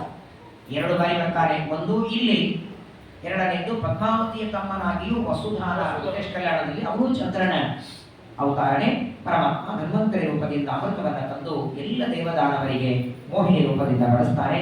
ಆ ಧನ್ವಂತರಿ ಹಾಗೂ ಮೋಹಿನಿ ಅವತಾರದ ಕಥೆಯನ್ನ, ಬಲಿಚಕ್ರವರ್ತಿಯ ಕಥೆಯನ್ನ, ಬಲಿಚಕ್ರವರ್ತಿ ಕೊಟ್ಟ ದಾನದ ಕಥೆಯನ್ನ ನಾಳೆ ನಾಡಿದ್ದು ಇನ್ನು 2 ದಿನ ಶ್ರವಣವನ್ನು ಮಾಡೋಣ. ನಾಳೆ ದಿನ ವಿರಕ್ತ ಶಿಖಾಮಣಿಗಳಾದ ಜ್ಞಾನಿಗಳಾದ ನೋಡಿ, ಪರಮಾತ್ಮ ಪ್ರಾರಬ್ಧ ಎಲ್ಲರಿಗೂ ಇಟ್ಟಿರ್ತಾರೆ. ಕೆಲವರಿಗೆ ದುಃಖ ಪ್ರಾರಬ್ಧ ಇರ್ತದೆ, ಕೆಲವರಿಗೆ ಸುಖ ಪ್ರಾರಬ್ಧ ಇರ್ತದೆ. ಪ್ರತಿನಿತ್ಯ 64 ಭಕ್ಷ್ಯಗಳನ್ನ ಭೋಗ ಮಾಡುವ ಸುಖ ಪ್ರಾರಬ್ಧ ಶ್ರೀಪಾದರಾಜರಿಗೆ. ಯಾವಾಗಲೂ ಸನ್ಯಾಸಿಗಳಿಗೆ ಅಡಿಗೆ ಊಟ ಹೇಗಿರುತ್ತೆ? ಅವರ ಊಟ ಮಾಡುವ ಆಹಾರ ಅವರ ಯಾವುದೇ ಪ್ರತಿನಿತ್ಯದ ಕಾರ್ಯಕ್ಕೆ ವ್ಯತ್ಯಾಸ ಬರಬಾರದು. 64 ಭಕ್ಷ್ಯ ಭೋಗ ಮಾಡಿದರೂ ಮನಸ್ಸು ಮಾತ್ರ ದೇವರಲ್ಲಿ ಇಡ್ತಿದ್ರು. ಅಂತಹ ವಿರಕ್ತ ಶಿಖಾಮಣಿಗಳು ಯಾವಾಗಲೂ ಶ್ರೀಪಾದ ಅಂತ ಸ್ವಾಮಿಗಳನ್ನ ಕರಿತೀವಿ. ಜಗತ್ತನ್ನ ಆಳೋಣ ರಾಜ ಅಂತೀವಿ. 64 ಭಕ್ಷ್ಯ ಊಟ ಮಾಡಿದರೂ ನಿಮ್ಮ ಮನಸ್ಸು ದೇವರಲ್ಲಿ ಇದ್ದದ್ದರಿಂದ ನೀವು ಶ್ರೀಪಾದರು ಹೌದು, ನೀವು ರಾಜರು ಹೌದು ಅಂತ ರಘುನಾಥ ತೀರ್ಥರು ಬಿರುದು ಕೊಡ್ತಾರೆ. ಇವತ್ತಿನಿಂದ ಬರೀ ಶ್ರೀಪಾದರಲ್ಲ, ನೀವು ಶ್ರೀಪಾದರಾಗಿ ರಾಜರಾಗ್ತೀರಿ ಅಂತ ಶ್ರೀಪಾದರಾಜ ಅನ್ನುವ ಬಿರುದನ್ನು ಕೊಡ್ತಾರೆ. ಅಂತಹ ತಪಸ್ವಿಗಳಾದ ಮುಳಬಾಗಿಲಿನ ಶ್ರೀಪಾದರಾಜರ ಮಧ್ಯಾರಾಧನೆ ನಾಳೆಯ ದಿನ. ಅತ್ಯಂತ ಪವಿತ್ರವಾದ ಅವರ ಚರಿತ್ರೆ, ಅವರ ಗ್ರಂಥಗಳು, ಅವರು ಜಗತ್ತಿಗೆ ಕೊಟ್ಟಂತಹ ಒಂದೆರಡು ಸಂದೇಶದ ಮಾತುಗಳನ್ನು ನಾಳೆಯ ಬೆಳಗ್ಗೆ ನಾವೆಲ್ಲರೂ ಶ್ರವಣ ಮಾಡೋಣ. ಶ್ರೀಪಾದರಾಜರ ಪೂರ್ವಾರಾಧನೆ, ನಾಳೆಯ ಮಧ್ಯಾರಾಧನೆ, ಎಲ್ಲರ ಮೇಲೆ ಶ್ರೀಪಾದರಾಜರ ಅನುಗ್ರಹ ಆಗಲಿ ಅಂತ ಪ್ರಾರ್ಥನೆಯನ್ನು ಮಾಡೋಣ. ಶ್ರೀಕೃಷ್ಣ.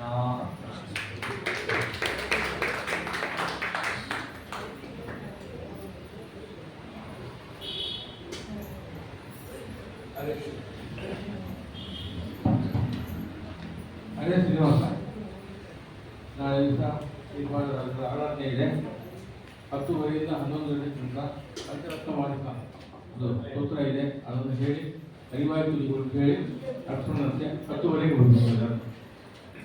ಆಮೇಲೆ ಇನ್ನೊಂದು ವಿಚಾರ, ಈಗ ನೋಡಿದ್ರೆ ನಮಗೆ ಹೆಸರು ಕೊಟ್ಟರು ಬಹಳ ಇಬ್ಬರು ಕೊಡ್ತಾ ಇದ್ದಾರೆ. ಹಾಗಾದರೆ ಯಾವ ಆರಾಧನೆ ನಾವು ಮಾಡೋಕ್ಕಾಗಲ್ಲ. ದಯವಿಟ್ಟು ಎಲ್ಲರೂ ಕೋಆಪರೇಟ್ ಮಾಡಬೇಕು. ಮಾಡುವಂಥದ್ದು ಮಾತ್ರ ಮಾಡೋಣ. ನಾವೇನು ಎಲ್ಲ ಮಾಡಬೇಕು ಅಂತ ಸರ್ವೋತ್ತಮರಾಗಿ ಅಪೇಕ್ಷೆ ಇದೆ. ಕಷ್ಟಪಡುತ್ತಾ ಇದೆ, ಅದನ್ನು ಬಿಟ್ಬಿಟ್ಟು ನಾನು ಇದೇನು ಮಾಡೋಕ್ಕಾಗಲ್ಲ. ದಯವಿಟ್ಟು ಎಲ್ಲರೂ ಕೋಆಪರೇಟ್ ಮಾಡಿ. ನೀವು ಬನ್ನಿ, ನಿಮ್ಮೋದು ಕರ್ಕೊಂಡು ಬನ್ನಿ, ಎಲ್ಲರೂ ಕೈ ಹಾಕಿ ಶ್ರೀಪಾದರ ಚೆನ್ನಾಗಿ ಮಾಡೋಣ ಅಂತ ಹೇಳ್ತಾ ಇದ್ದೀನಿ.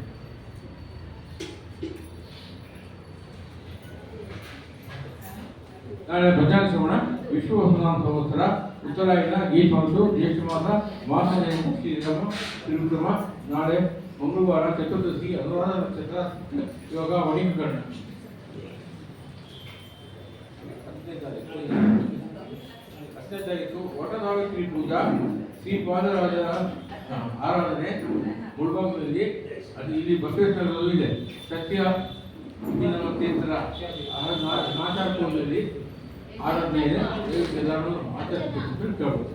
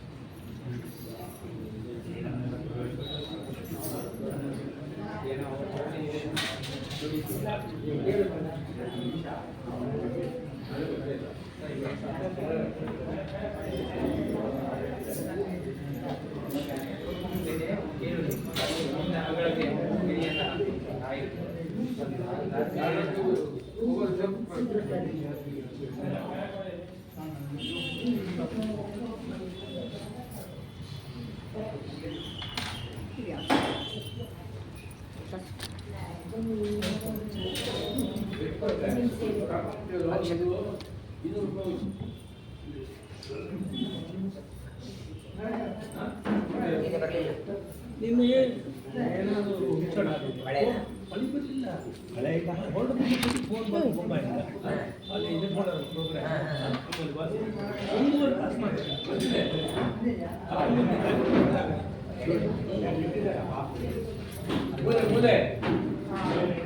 ಎಲ್ಲ ದಯವಿಟ್ಟು ಬಾಳೆ ಕಬ್ಬ ಕೊಟ್ಬಿಟ್ಟು ಕಟ್ಬೇಕು. ಬಾಳೆ ಕಬ್ಬ ಇದೆ, ತಂದಿದ್ದಾರೆ. ಈ ಮೂಲೆಯಲ್ಲಿದೆ. ಇದೆಯಾ? ಇಲ್ಲಿದೆ, ಇಲ್ಲಿದೆ ನೋಡಿ. ಇಲ್ಲಿದೆ, ಈ ಕಡೆ ಇದೆ.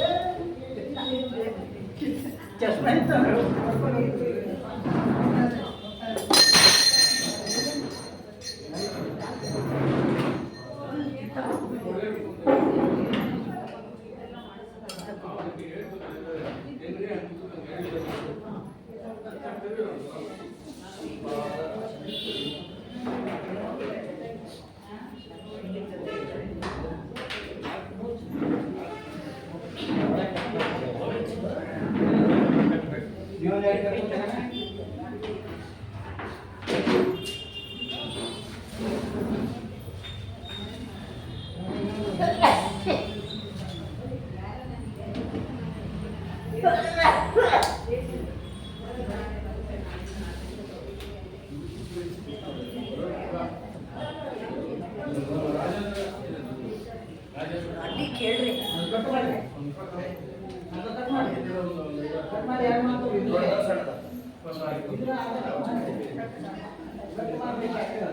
ದೊಡ್ಡದಾಗುತ್ತೆ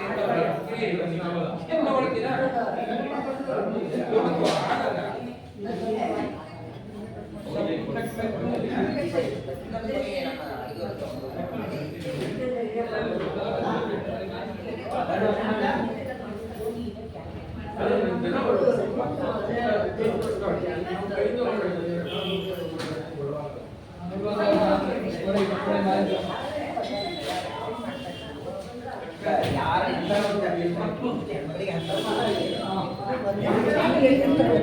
ಅಲ್ಲೇ ಹಾಕೋಣ ಸಂಘದಲ್ಲಿ ಯಾರು ಬೇಕಾದ್ರೆ ಔಷಧಿ ಹಾಕೋಣ.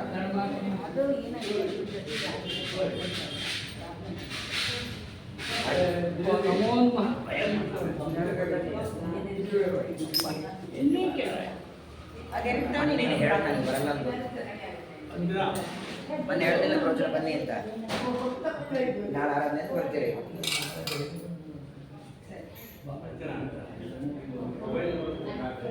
ಕಳಿಸಿದ್ರೆ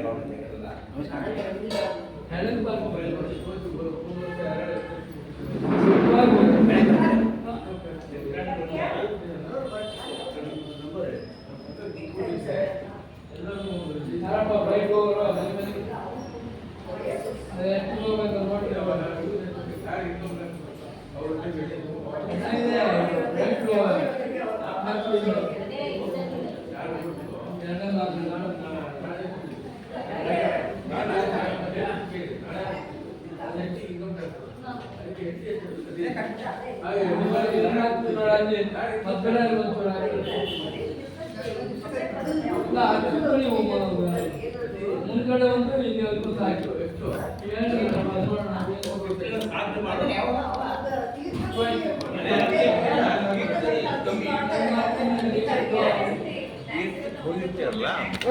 ಅಲ್ಲಿ ವಿಧಿ ಮಾಡೋದು ಅಲ್ರಿ ಅಂಕಲ್ ನಾನೇನ್ ಕೇಳಿದ